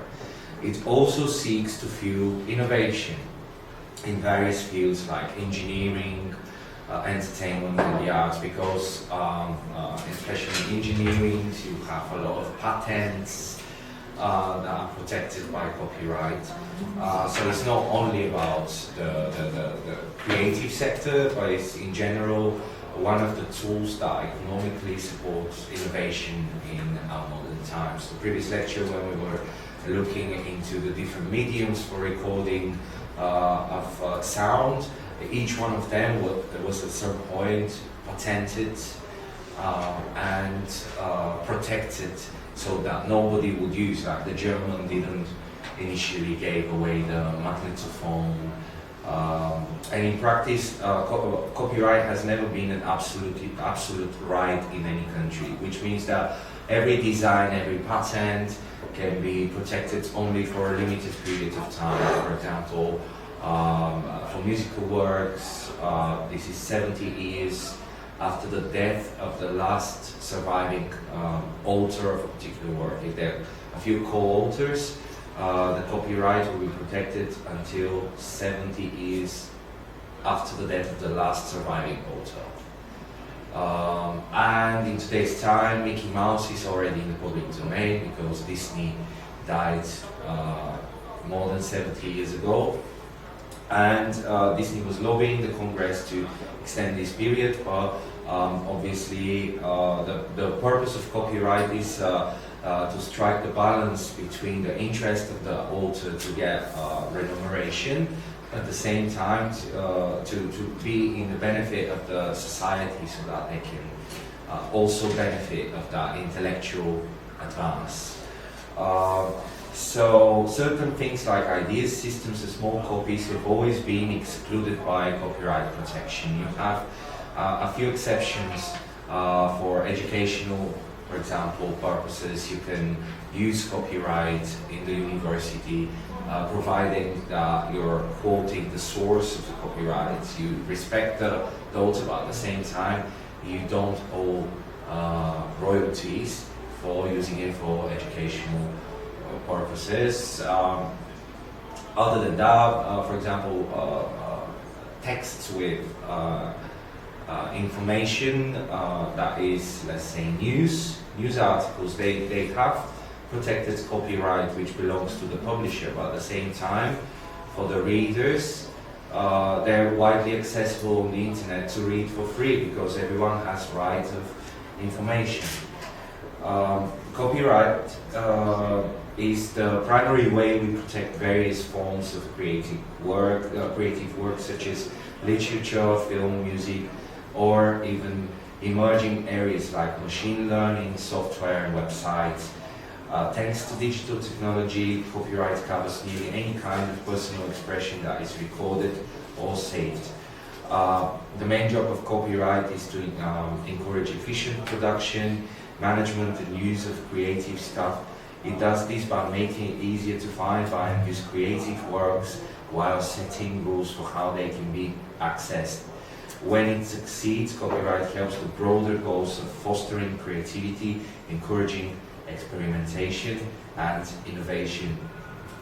Although each work should be unique in order to constitute a copyrighted material, creative work tends to build on what came before it.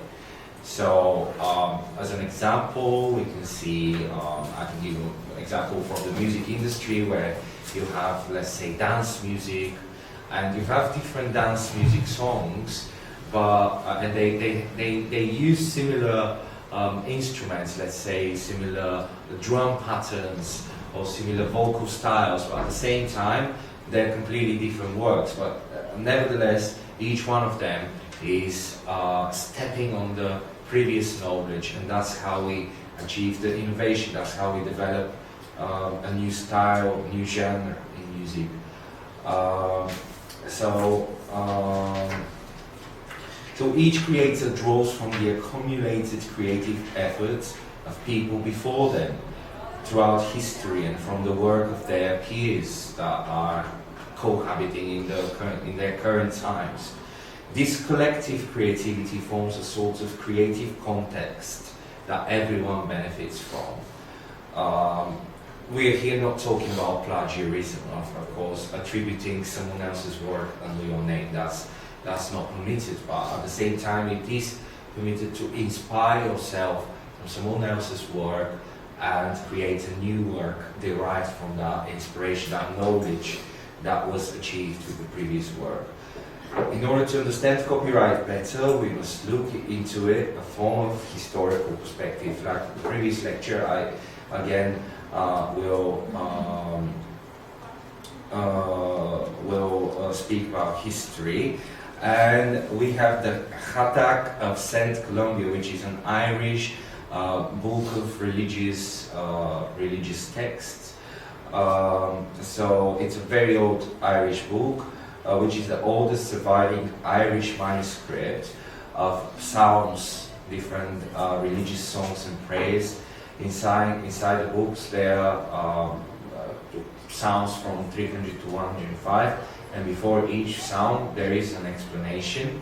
And legend says that St. Columbia made a copy of this book one night with the help of miraculous light. So he had borrowed the original from St. Finian. Later on, in the 6th century, there was a big argument about who actually owned the copied book, and that's essentially the first ever copyright legal challenge that ever existed in 6th century. And King Diarmait Mac Hale made the decision saying every cow belonged to its calf, so every book belongs to its copy. Yeah, so that's the first ever judgment related to copyright in the 6th century. And this decision caused a huge battle called the Battle of Coal Drain, because people disagreed about who had the right to own and copy the books. It's one of the earliest examples in history where there was a legal dispute over copying something.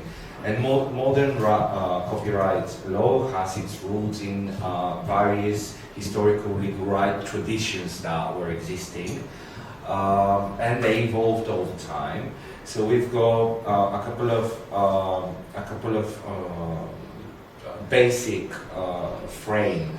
We've got moral rights of the author, and these rights protect the dignity of the author and the integrity of the creator's work. We can't take that work and change it without permission, and they ensure that the author is acknowledged and respected for their creation. So each author has the right for their name to be published under the work, and the work to be represented under their name. That's a basic moral right of the author, and that's a very ancient tradition in copyright, but still is practiced today. One example of moral rights for authors is the right of attribution, or paternity right, we also call it in our industry, and ensures that the author is credited for their work whenever it's used or presented to the public. And here I would like to open a bracket that I recently thought that the European legislation lacks of still definition in terms of that when we talk about platforms like YouTube. For example, you have a description under each YouTube video, but at the same time, more often than not, the author is not mentioned in there. But you have enough space to type it in there. And there's no law that actually obliges this particular platform to acknowledge the authors of a work. Because if you, for example, go to Madonna, you see music video of Madonna performing this song. And record label, Warner Music. And that's all you see. And I don't know why nobody said, for so many years now, a decade, YouTube is one of the most popular, nobody said the author has a moral right in already existing by law.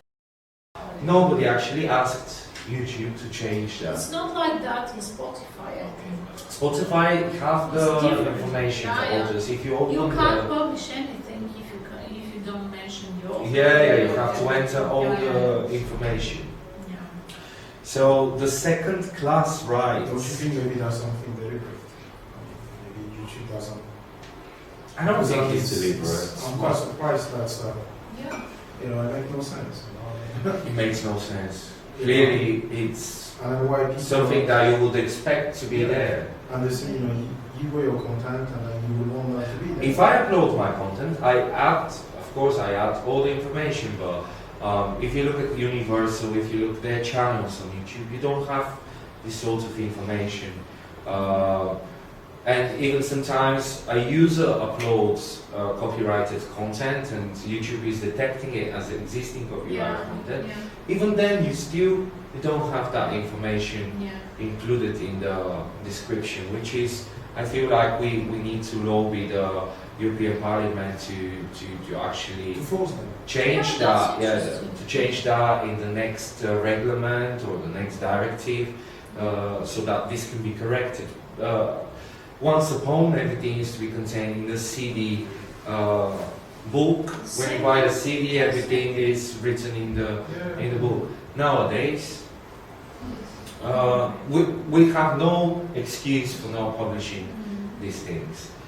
The second class is economic rights of the benefactor, and these rights recognize the contribution of those who financially support the creation or distribution of a work. This is usually a record label, a producer who actually invested in that creative work to happen and materialized it in the form of a book or in the form of a CD, an audio recording, a film, and so on. They have their rights. Basically, they have the right to be compensated for their investment as well.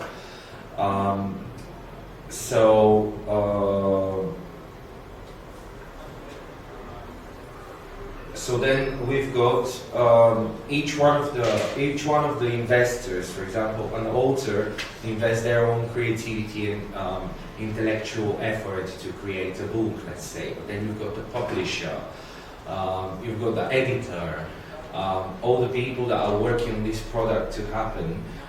They all have the economic rights, which can split into reproduction right, the author has, and the publisher, respectively. They have the exclusive right to reproduce the copies. Nobody else can reproduce copies of their book without actually asking for authorization. They can control the printing and distribution of physical copies or even e-books. When a publishing house prints thousands of copies of the author's book, the author receives royalties from each sale. They split the economic benefits from the commercial use of that particular creative work. Distribution rights. The author can control how and where their book is distributed. They can grant licenses to bookstores, libraries, online retailers to sell copies of their work. These licensing agreements generate income for the author. And here I need to mention that copyright in general has monopolistic nature, which means that this book is that book and there's no other book like that. And me, as an author, if I say I don't want my book to be in that bookstore, or I don't want my book to be released in Ireland or in China, I have the complete right to do that, and nobody can actually take it away from me unless I die, 70 years pass, and then this work is in the public domain. That's the reproduction, the distribution right. Then we've got the public performance right. In some cases, books are adapted into theatrical productions or audio books. Same happens in music. Poetry, existing poetry is taken and recreated into a song. The author and all the people who actually financially support the creator. When I say author, well, this can mean publisher, this can mean a record label. And they can authorize these performances and receive compensation for them. Translation and adaptation rights. If the book or a song is translated into different languages, adapted into different languages, into other media, for example, a movie is adapted to a television series, or an ABBA album is adapted to a theatrical musical in West End in London. The author and all the benefactories, they have this right to negotiate and receive payments for these adaptations. rental and lending rights. In certain jurisdictions, authors may have the right to control the rental and lending of their books. Libraries on rental services pay royalties to authors for the use of their works. This is not happening in America, but for example in France it's very well developed. Each library is actually tracking what books are being lended, and they actually pay royalties for each use of the book. Do you think in Bulgaria it No, because we are all analog and happens? Can you imagine that? yeah, In our yeah, Chitalish. yeah. We have a cultural, I'm sorry, just a small Yeah, right. answer. We have cultural institutions called Chitališta. It's a unique cultural institution for Bulgaria. It was created like, I don't know, the first Chitališta maybe 200 years ago. 200, yeah. Yeah, something like this. And it's actually a cultural center combining libraries, centers for music, for different types Music of lessons, arts, like a cultural Which hub. it doesn't belong to. exhibition areas like this, and it was actually a cultural Hub for each hub area, for each small the Bulgarian town. society. Oh, And in Bulgaria we something have like folkloric. Yeah. many cultural, I mean all cultural fields combined in one physical It place. usually has library, a concert hall. Oh, Does it belong to exhibition. cultural, Minister of Culture? Yeah, and we belong have 3,000 Chitališta, those type of centers around 3,000. almost every village in Bulgaria. has They their own- initially Yes. started with has their own Chitališta. people donated for them to have a Chitalište in their Rich people, area 100 years ago. made those centers. So And they are we have- basically We have law. Last week we had Chitalište, at the Istanbul University, we had a 5 days international conference yeah, from 121 countries. Traditional musicians and dancers came. and they're 5 coming days. from our Chitalište. I wish I had known this. Yeah. So We can we have law for regulating the work of the Chitališta in Bulgaria.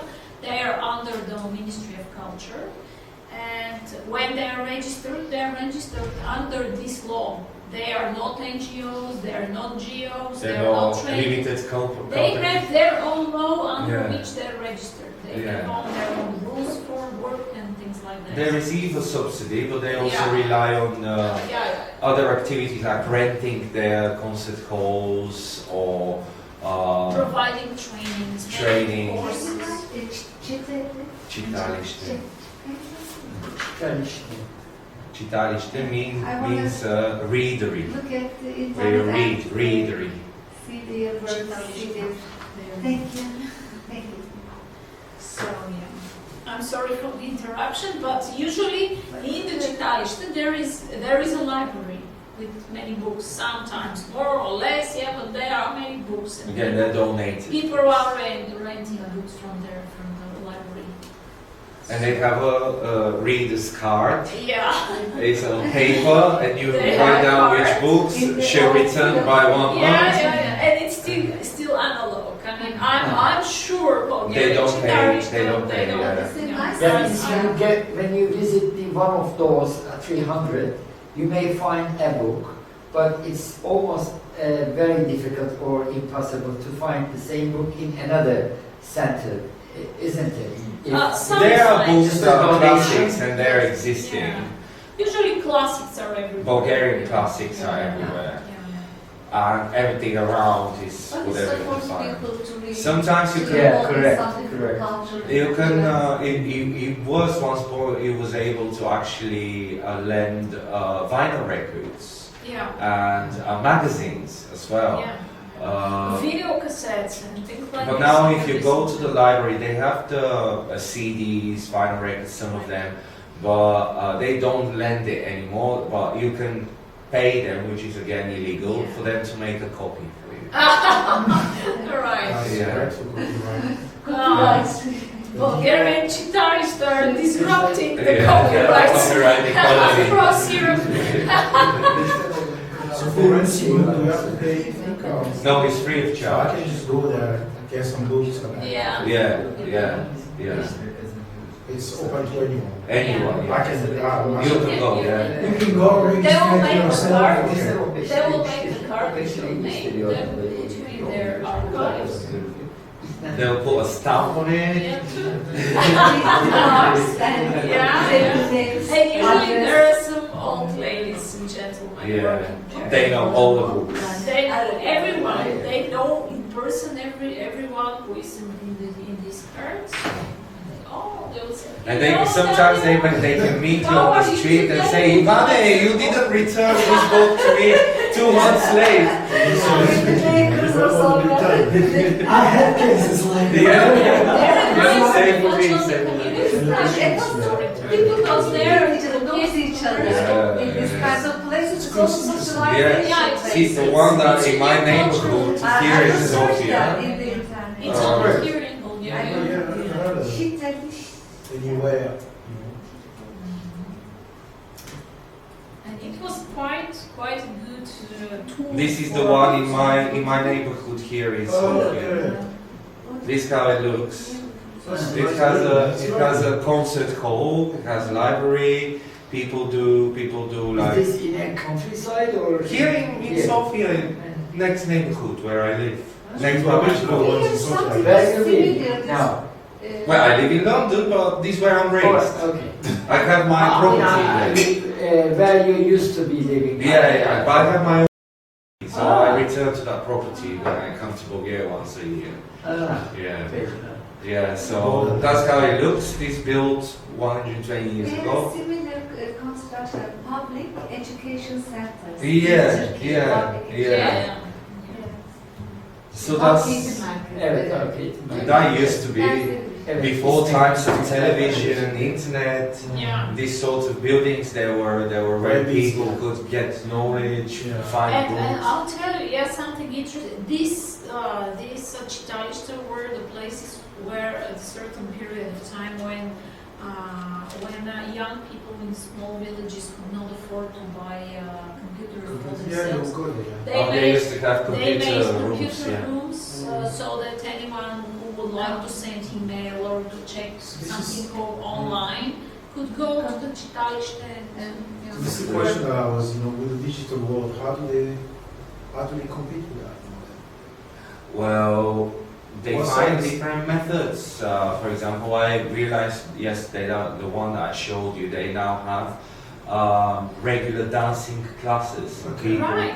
People pay a small fee to attend dancing classes. They have choirs. They have. I can hire their hall to make a concert if I want. So Sometimes people get married inside Chitalište. Yeah. They have big halls, and if there is They get married? Yes. Do they pay extra money for that? You have Yeah, to- yeah, yeah. They to pay rent the something place. for that. to hire the premises. They are not paid to get married, rather than. Extra perk. Yeah. They're paying more to the priest who is. To get the approval. So yeah, let's return to that. Rental and lending rights were the last rights that I wanted to mention under the category of economic rights of the benefactors. These economic rights allow the author to benefit financially from their creative effort and ensure they have control over how their work is exploited for commercial gain. But then we've got property rights of the copy owner, which is these rights pertain to the ownership and control of physical copies of creative works. They address issues related to possession and ownership of copies. So, in a certain way, the owner of a CD that they both legally, they have the right to that ownership. It's the copyright, the right to copy, to own copy. Property rights refer to the rights of the copy owner, which includes the ownership and control over physical copies of copyrighted works. You purchase a physical copy of a best-selling novel from a bookstore. As the copy owner, you have the property rights over that specific copy of that physical book. This is your copy. These property rights typically include ownership, resale, personal use, display and presentation. So obviously if in the event of a physical copy, you can resale it, and that's perfectly legal.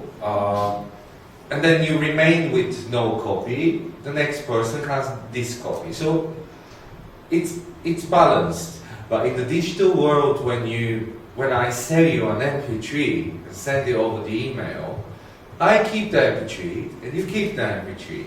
Yeah. You essentially generate a second copy of that, which is already an issue. And that was a thing which Amazon with their Kindle device, because you can lend books on Kindle without buying them. You pay a small subscription monthly fee, and then you can lend books from the Kindle store, and then you return them. They're available for a certain period of time. So it's kind of emulating this sort of ownership and resale right, so that it can in a way balance the economical interest of the authors in the end. But that's not valid, for example, for very expensive works of art, such as a painting, because, for example, the Bulgarian copyright law is saying that a painter has the right of a percentage of each sale every time a painting is being resold. But that's unique. You have only one piece of this particular painting, like a book which was published and had many copies. So yeah, when you buy a book, you have the right, you can read and enjoy the book for personal use without infringing the rights of the copyright owners. Reading it privately, sharing it with family is so legal, or using it for educational purposes. Same with a CD, for example. You can listen to that CD with all your family. Don't worry, she's here. I want him. Yeah, Don't worry. You can display the book in your home or personal library, which is a common practice for collectors and enthusiasts. They display their CDs, their vinyls, their books, and so on. So yeah, that's very important. Now, these rights are only for the copy that you purchase personally. They don't write you the grants to reproduce, to create additional copies, because this would require permission by the author. And property rights for the copy owner are distinct from the copyright holder rights, the original author, which involve controlling the intellectual property itself, not the physical copies.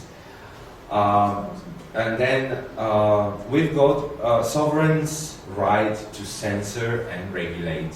And this is where we come to the governments, because they have to create this system that is balancing the interest of all parties, at the same time not preventing the development of the intellectual advancement in the society.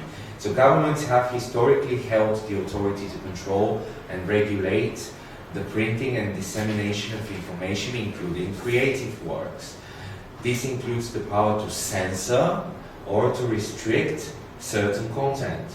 Example, in some countries the sovereign or the government may exercise its right to censor and regulate certain form of media or content for various reasons, including cultural, political, or moral considerations. Hypothetically, a sovereign government decides to exercise its right to censor and regulate media content. In this case, they may, what happens today, film classification. They say this film is not, it's restricted for people under 13 because it has explicit scenes. That's a typical form of censorship when you have age ratings. Then you've got content restrictions. The government might impose restrictions on content that can be shown on television or cinemas. We've seen political examples of certain movies not played in Korea or in, for example, in Pakistan. Recently, some movies are not. Barbie was not going to be played in Pakistan. In Bulgaria during Algeria as well. communist times. Algeria. Algeria, yeah. pilot. Yeah, Islamic countries, they wouldn't really like that. In Bulgaria, during communist times, there was a very big censor. For example, Beatles, so Not only for movies, but for all Western music. all music. kind of Western music, and it was with piracy copies, like underground distribution. So we were seeking for some dealers of Western music, like we were seeking for drugs, you know. And it was a big win if you find some recording of Rolling So what about Stones. information then? How you are doing for information, for instance, like access to Someone goes abroad and snuggles Yeah. one vinyl, and then everyone's copying it on magnetophone tape. Or even I saw recently in the Soviet Union, some people knew how to copy vinyls. They made a vinyl copier, Absolutely, and because they didn't have the material, they used Röntgen photography, or liver, or Röntgen plugs. When you go X-ray. Yeah. X-ray, and they cut a round vinyl from X-ray image, and they copy Beatles on the X-ray wow. picture, and you have like someone exposed like Beatles on a liver and stuff. Right. So they used There to were do terrible that. censorship during communism, and that's why I always say communism is the same like This is kind of dictator, not kind, but this is dictator. Dictatorship. Even with the books, some books was forbidden. In books, Me as all kind myself- of Western culture. I want to write, So it was mainly the black. culture, regardless. This I wrote myself South America, one of nothing, rhymes, book from very From the famous Arab Romanian world on the writer, West. but that book was against, to make a humor of the government then, and this Yeah. Really? direction. What? It was No, I forbidden. heard here this. And I found I have to shut my mouth to my head. It's not a But surprise. I got the book and I read myself, for me and not to care for the kids, to show them in one time. And sometimes the censorship, what they did, they look at the movie, they do additional mastering on it, they cut some scenes which are not proper, and they put you to Yeah, they watch released the movie Yeah, with yeah. censorship, and with that's censorship. content restriction of the Absolutely. government.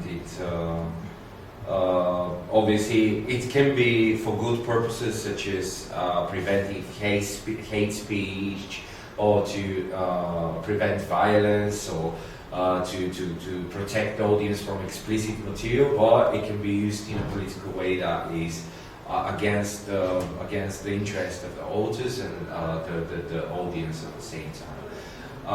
And then we've got internet regulation. The sovereign may regulate internet content, requiring website, social media platforms to adhere to certain guidelines. These could involve blocking access to websites that violate these guidelines, or monitoring social media posts that are deemed inflammatory or subversive. Then we've got book bans in some extreme cases. For example, here in Bulgaria, we have the Hitler's autobiography at some point banned. Banned, yeah. Which is a book that a lot of people can learn a lot from, but it was at some point banned. But that's kind of like different time for me. No, it was like 15 years ago. It was banned here. Were there like a democracy here? During that time? Yeah, democracy. Yeah, it was democracy, but still it was banned. But I think now it's not. Now it's not Oh, anymore. it's Yeah. not, okay. Yeah, but it used to be. I wouldn't buy it anymore. So.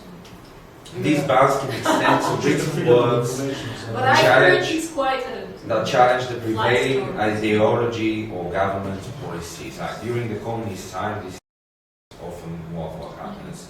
And media ownership is another way of censor and regulate. Governments may also regulate media ownership Yes. to prevent concentration of power. They might limit the number of media outlets one entity can own to ensure a diversity of voices in the media landscape. So it varies. These powers, they vary from state to state, and in the EU we can kind of tend to have the most liberal system where censorships are very rare. in form of regulation. But it's still happening. It does happen because obviously, if we take, for example, Rupert Murdoch, who owns, let's say, 135 media outlets all across the world, obviously, if he wants to buy more and more and more, each government can step in to prevent concentration of power in such way. The origins of some of these riots can be traced back to cultures as ancient Greece, ancient Jewish law, ancient Roman law, and so on. However, the digital economy has brought significant changes. Excuse me. New ways of creating content have emerged, and accessing, sharing, storing, and enjoying it has evolved. And traditional creators like authors, that what we spoke earlier about user-generated content, they face now competition from independent creators. But this is also something that our project focuses at its core, because we want to empower independent musicians actually to embrace these changes in the digital market and to turn this into their own advantage. In the context of our project, this is very positive. Now we have new methods of creating work, such as AI. But obviously, I wanted to give the example that the AI-generated works are not protected by the copyright law, and the first to react to this was America and their Congress, which voted that these projects and these works cannot be protected, cannot benefit from the protection of the copyright law. So when we speak about protection, in the digital age, there are a lot of challenges that artists and labels are facing. The main challenge is obviously piracy and infringement, and that's unauthorized copying, because the internet is making it very, very easy for people to create unauthorized copies and share digital content everywhere, and that's leading to revenue loss for creators. This is particularly true, especially when the copies are non-physical and can be generated for less than a millisecond with one click of the mouse. And the internet is allowing users to download a file from an unauthorized source, and each copy would constitute a pirated copy. That's the system that torrents basically working on. They split the one copy into many different machines, so then it's not one assembled copy. And then when you download it from many peers, and then in a way the piracy element is split across all parties participating in this peer-to-peer file sharing network.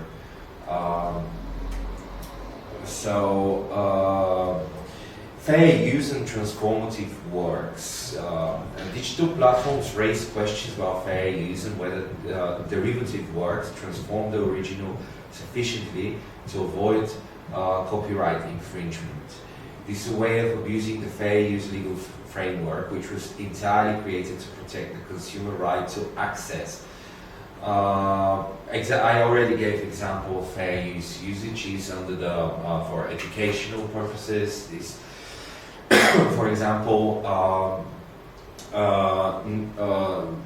illegal, but at the same time, I can upload Madonna on YouTube and say I upload this for educational purposes, which is a way of abusing of the framework, because clearly it's not that the purpose of the publication. So if you do that, if I do that, it's fine. No, it's not. It's not.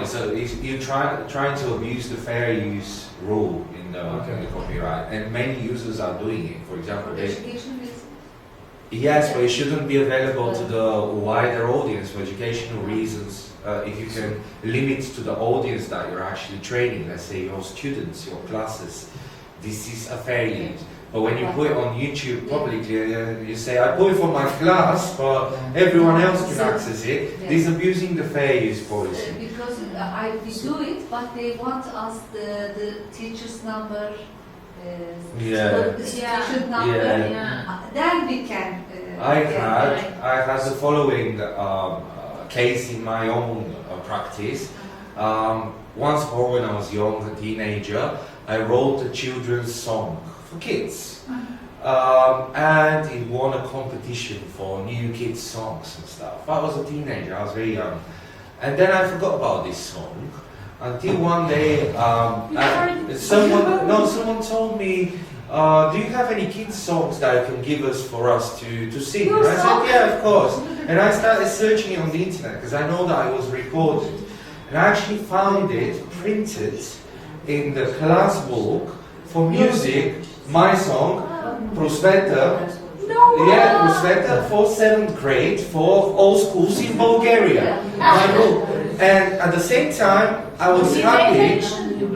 They mentioned me. At the same time, I was happy, but at the same time, I was sad because nobody told me, nobody asked me. And when I contacted them, they said, oh, this is fair use because we use it for educational purposes. And I said, no, because this is not a free book. You sell this book. This book costs money. You owe me royalties. And then we had this legal dispute where they... With Prosveta? With Prosveta. I know the owners. Do you know what they did? They reprinted the whole book without my song because it was clearly piracy. It was clearly piracy. With the book there was a CD. When was that? A long time ago, about 10 years ago. There was a CD with the book, and in Bulgaria the law is such that you cannot produce a CD in a factory without having the signatures of all authors, and Ministry of Culture can issue a certificate to the factory. You can produce 10,000 copies of that, they pay the copyright. Ministry of Culture is regulating the copying of physical. And they reprint it because someone falsified my signature to get the manufactured copies. They had to withdraw everything from the bookstores and reprint it without my work anymore. But I bought it. I had the CD, I had the book. I bought my own work because I needed evidence for them. But they tried to say, oh, this is fair use. And I said, no, that's not fair use. Yeah, because they're selling it. It's getting money from you. Absolutely. Yeah, they're selling. If it was a free book, yes, it's okay. It's no okay, problem. yeah. Yes, Well, that's the I concept. understand. That's the Yes. concept. but they earn money. They are Yes. a private company that this is their business. They It's not issue. for education. They're a publishing house that are exclusively doing students' books, but Trading. are paid. They're trading. Yes. That's the concept of Erasmus, actually, where in the general conditions we have, if you produce anything paid by Erasmus, whether it's open educational resource, it's a platform, software, or anything, it should be free for use, it should be Every publicly product. accessible for everyone. Yes. And Open it is public obligatory regulation. for everyone. Open public regulation. Yeah. Yeah. Yes. So sorry, Mio, maybe it might be a silly question, but No, it should be. no.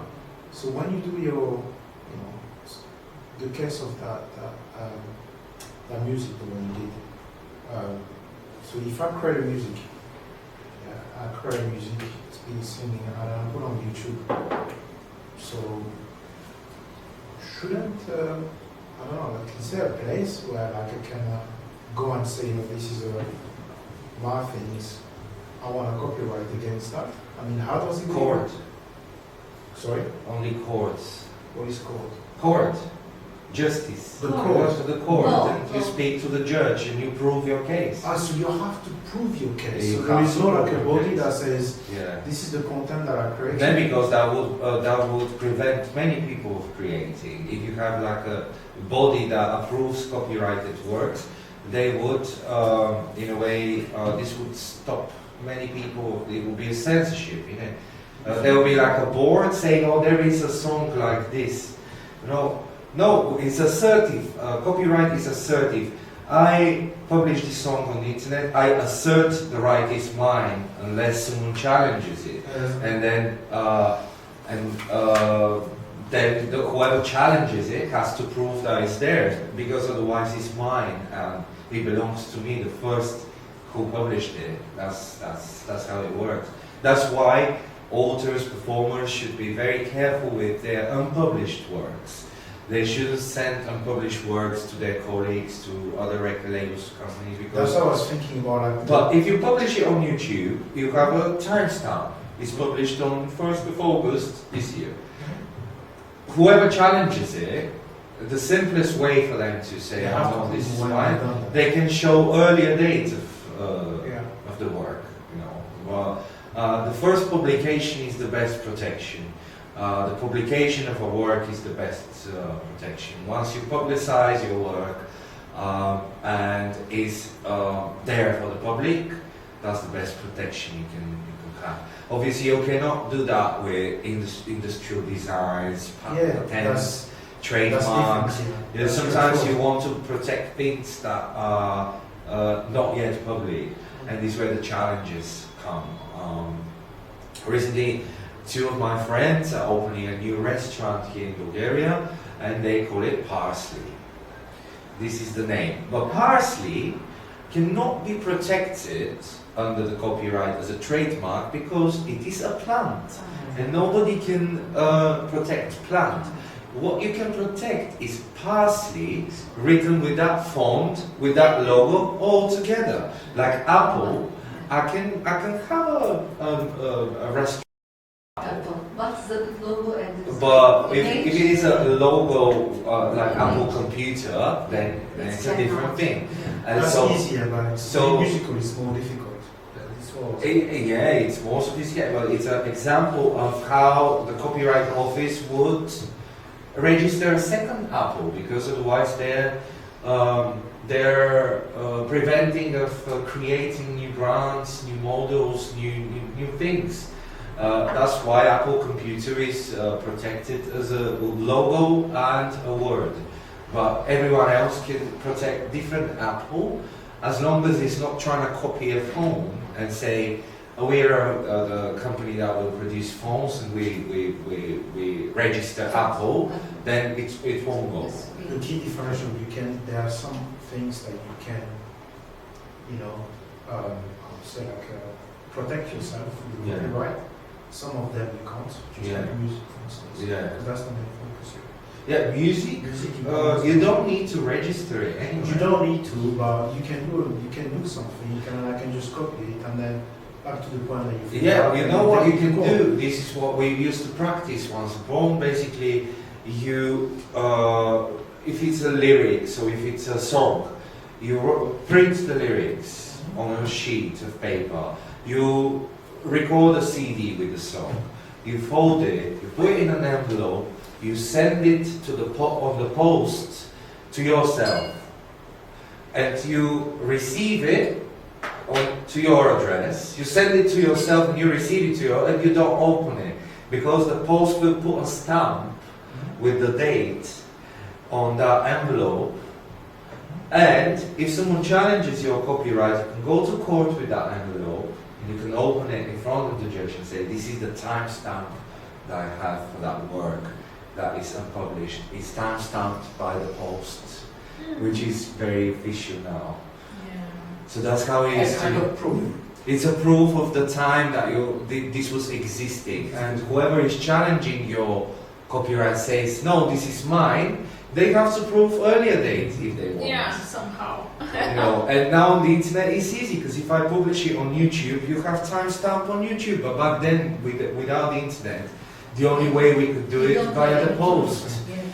And it was a good way. It was cheap. I didn't have to go. I could go to a notary channel, for example. Yeah, that's an option. That's the other option. Isn't But it? it's expensive, and Is it? the poster is just one stamp. Yeah, compared to. Yeah, and you just keep the envelope unopened, and it's a very cheap way to protect your copyright, because you don't have to register. And even if you register a musical work, you go to the society for collective management of copyrighted work, and you just register the title, the length, the genre, and the authors, and that's how you register it. You don't really bring the scores or audio recording work because challenges they're personal, they're individual, like the societies and the copyright regulatory bodies, they don't really involve in that.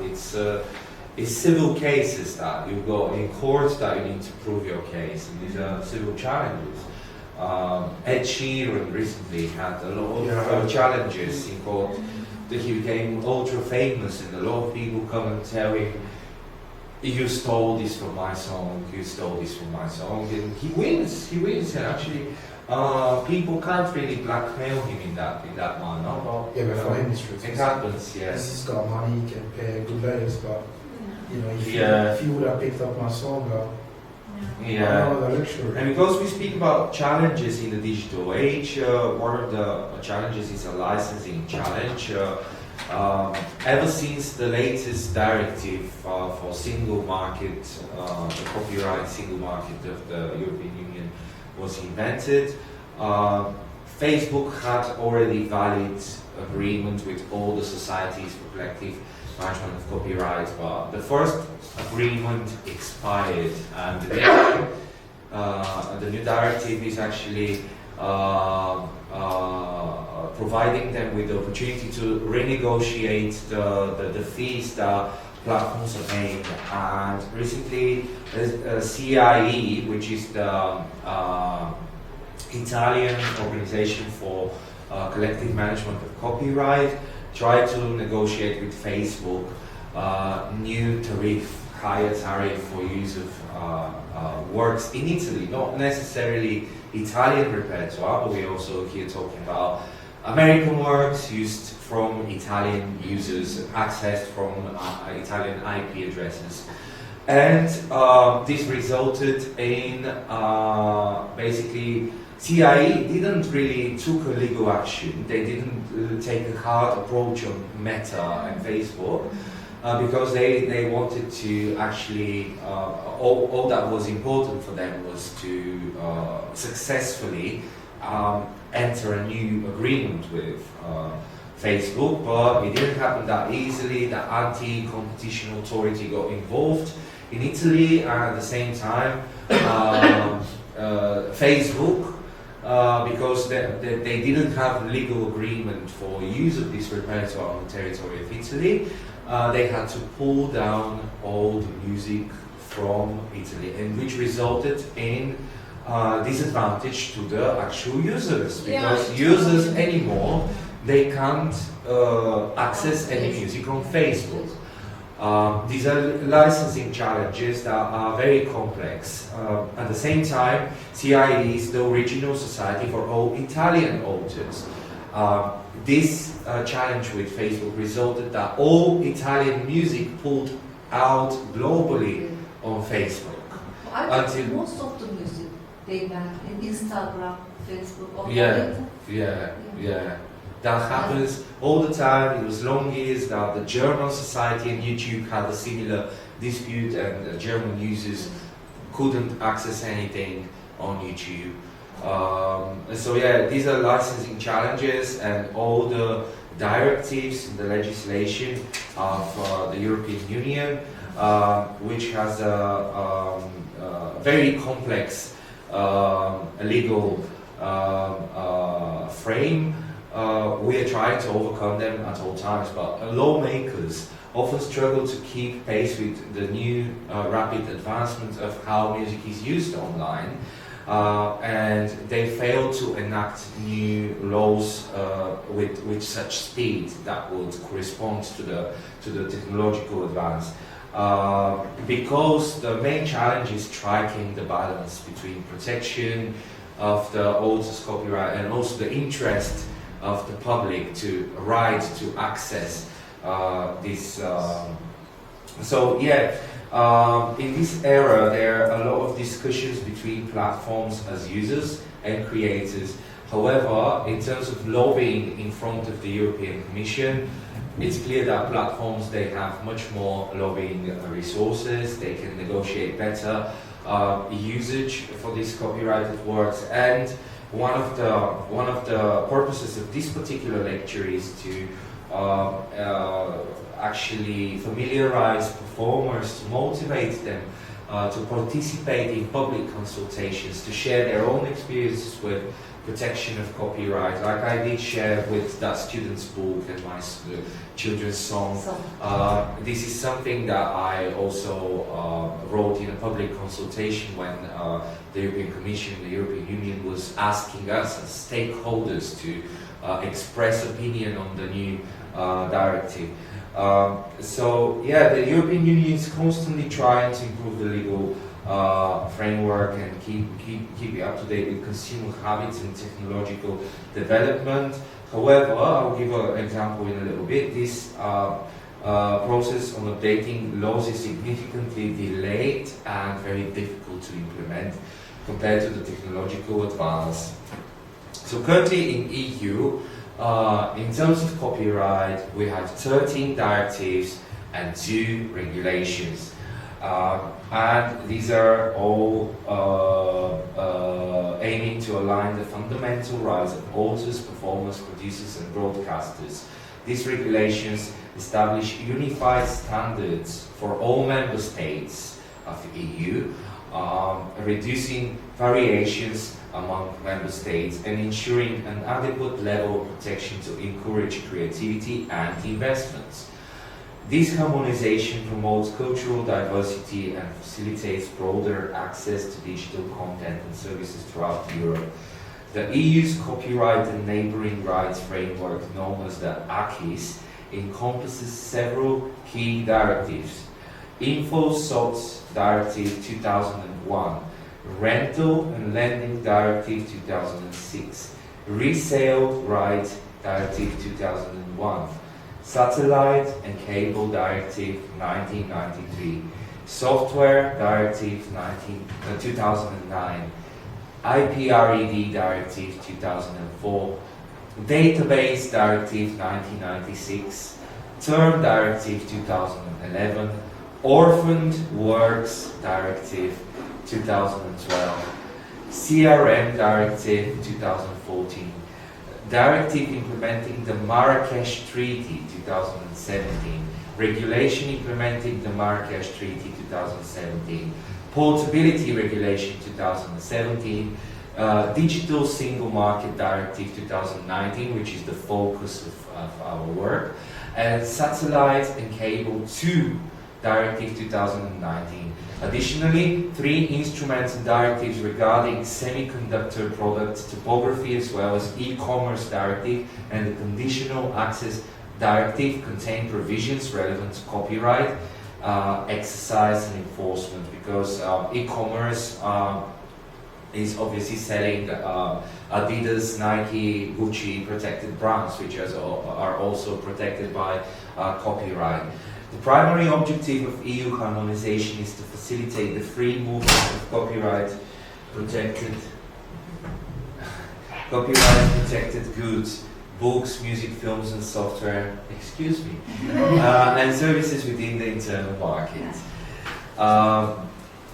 So this EU directive aligns with international agreements like the Berne Convention, the Rome Convention, and so on. So furthermore, EU free trade agreements with numerous third countries incorporate EU copyright provisions, and I think that is the case with Turkey as well. And the European Commission ensures proper implementation of EU copyright law, while the Court of Justice of the European Union develops a substantial body of case law, ensuring consideration of copyright rules across the EU. So we're going to our focus, because I don't know why when we were drafting our project, Upskilling Performance, maybe because that was just kind of the latest thing that was released. We mentioned a couple of times that we will in detail study the Digital Single Market Directive, which is one of the latest copyright directives of the European Union, defining, in a way, trying to strike a balance between the different interests of the audience, the users in the face of digital platform. At the same time, it was aiming to clear out licensing issues in order to achieve the digital single market, because up to this moment it was very fragmented. Each society, as I mentioned, Gmail in Germany and YouTube and their legal dispute, literally the market was very fragmented, and this directive was aiming to defragment the market and create a single digital market, as that's the meaning of the European Union. Once basically the Digital Single Market Directive was voted by the Parliament in 2019, but the discussion about it started in 2016. So that's a very long process. Now in 2023, and in February, European Commission announced that it will sanction 6 countries that still haven't implemented this directive. One of these countries is Bulgaria, but another one is Denmark, which is a surprise. There are a couple of countries. I have them here. But yeah, the Article 13, I think from academic perspective, it should be the most interesting to examine.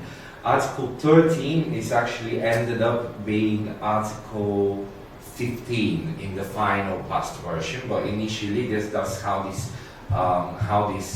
dispute was popular as Article 13, where more than 200 academics have criticized the directive, emphasizing concerns about the effectiveness of Article 11 impact on the readership of online publication, and of Article 13's obligation on service provider that will benefit big players.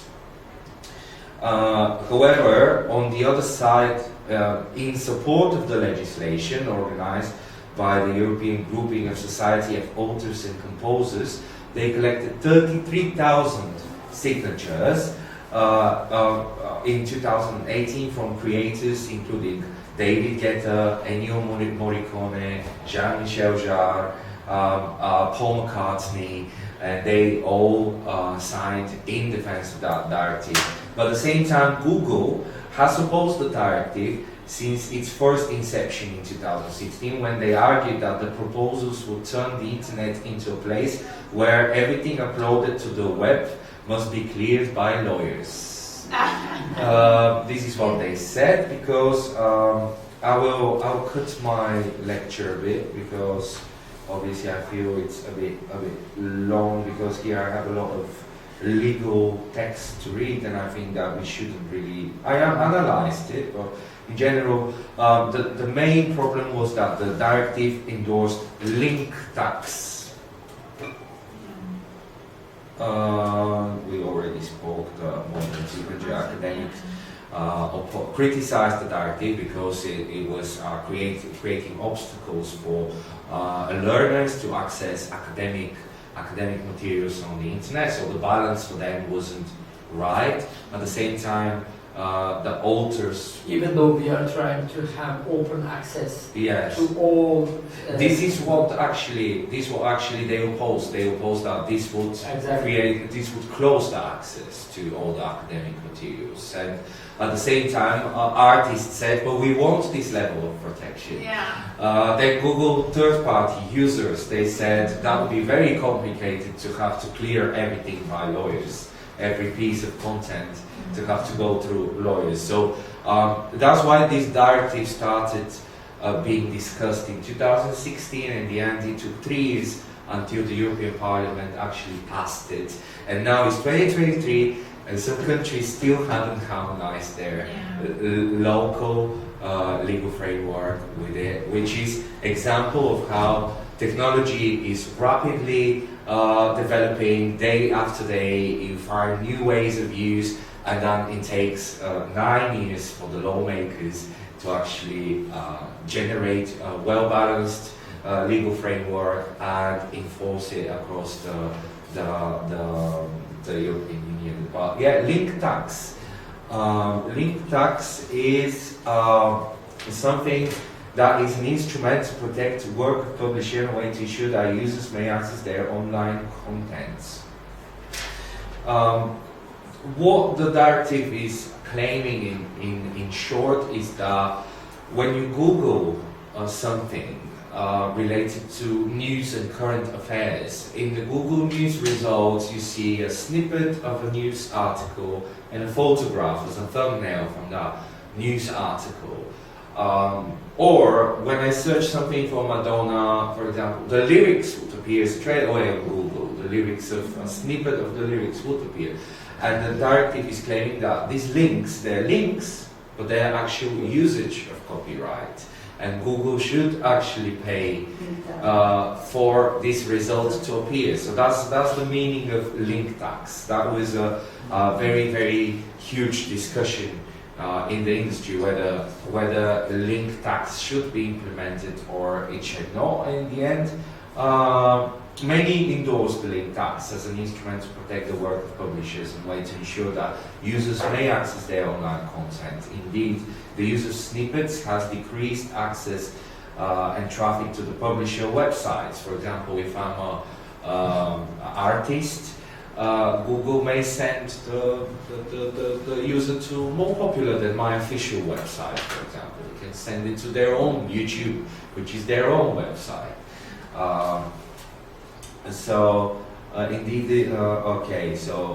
Many express fear regarding the fact that small publisher will be significantly penalized. Indeed, search engines will not be interested in displaying the contents of small publishers as long as they need to pay for such service. This scenario raises concern regarding small publishers who may be kicked out of digital use by information society service providers. As I already mentioned, the voting of the directive is not necessarily leading to immediate implementation. The European Commission in February 2023 taken action against 6 EU member states for failing to properly integrate the 2019 Digital Single Market Directive, and these are Bulgaria, Denmark, Finland, Latvia, Poland and Portugal, and they were referred to Court of Justice of the EU for their incomplete implementation of copyright and related rights in the digital single market. This directive, the Copyright Directive from 2019, introduced significant changes to the European copyright law, and indeed made it the most sophisticated, most complex in the whole world. America, they don't have really such a sophisticated legal framework. Many players on the market, they actually stated that they will leave the market. There were threats from Google that they will stop certain services here and there because of that legal challenges. But this, in the end, we always know that that's just a mechanism for them to lobby, to push for their rights. Their rights are balanced in a different way. In terms of the artists, must stay informed about developments in copyright and related areas by utilizing a variety of sources. These are mainly government websites. Copyright offices often provide updates, guidelines and information changes in copyright law. For example, in EU, artists can refer to the European Commission's website for copyright-related updates. The European Union also has free copyright advisory. It's called IPR Help Desk, where everyone, companies or physical persons, can refer to and ask for legal advice in terms of copyright. Organizations such as recording industry associations, the International Federation of Phonographic Industry, they release reports, news and insights on copyright trends. and it's very important that the artists are actively engaging with these sources so that they can stay informed and better navigate the complexity of the copyright in the music industry, but also proactively participate in public consultations by the European Commission so that they can express first-hand interest in future legislative initiatives, and so that they can help the legislator to receive first-hand feedback from in terms of the challenges. So that were my concluding remarks. I shortened it a lot, but I think it'll be too long if I... Yeah, well, thank you. We're well over the time. No, we're okay, I think. Yeah. Thank you. Really, thank you very much. Really, it's so fruitful. Thank you. So kind. It's really nice. So kind, so kind. But yeah, we will eventually make this into 10 days course once we get it accredited, Yeah. hopefully. We're looking middle term in the next maybe February fall to accredit this training, maybe make it a little bit longer. 10 days. 10 days. With different lecturers. Accredit this training and try to make adult learning mobilities across Europe. So K1? K1, K1. adult education. Adult, yes. Yeah. Today is the pilot training. Okay. It's just a We're presentation. piloting this once or today. two. Okay, come to Istanbul. Of course. Come to Istanbul and we will provide. Absolutely. This will be one of our target destinations. Inshallah. Yeah. So, okay, tomorrow Miro is continuing with Different topics. Okay. different topics. I think they're here this time. We've got the metadata for tomorrow, and Digital copy chain. no, we No? yeah, And metanote. yeah. Yeah, I hope that's interesting for me. It was. Tomorrow I'll try it to was short I learned some absolutely- things. Yeah. And on 29th we're gonna have. It's a given. No, I said I learned some new things which you think like it's a given, like the things about copyright. You know, because you hear everyone copyright, but when you really look at it, Yeah. I wasn't aware You could that the music. understand. Yeah, exactly.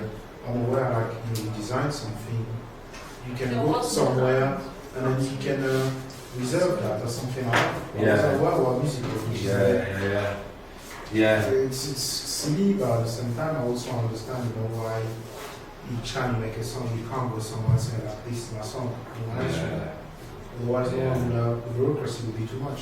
Yeah. It will be.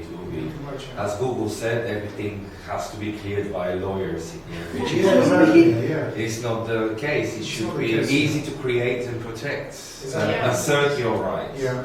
Absolutely. Yeah. I think AI is going to support this process for registering your work and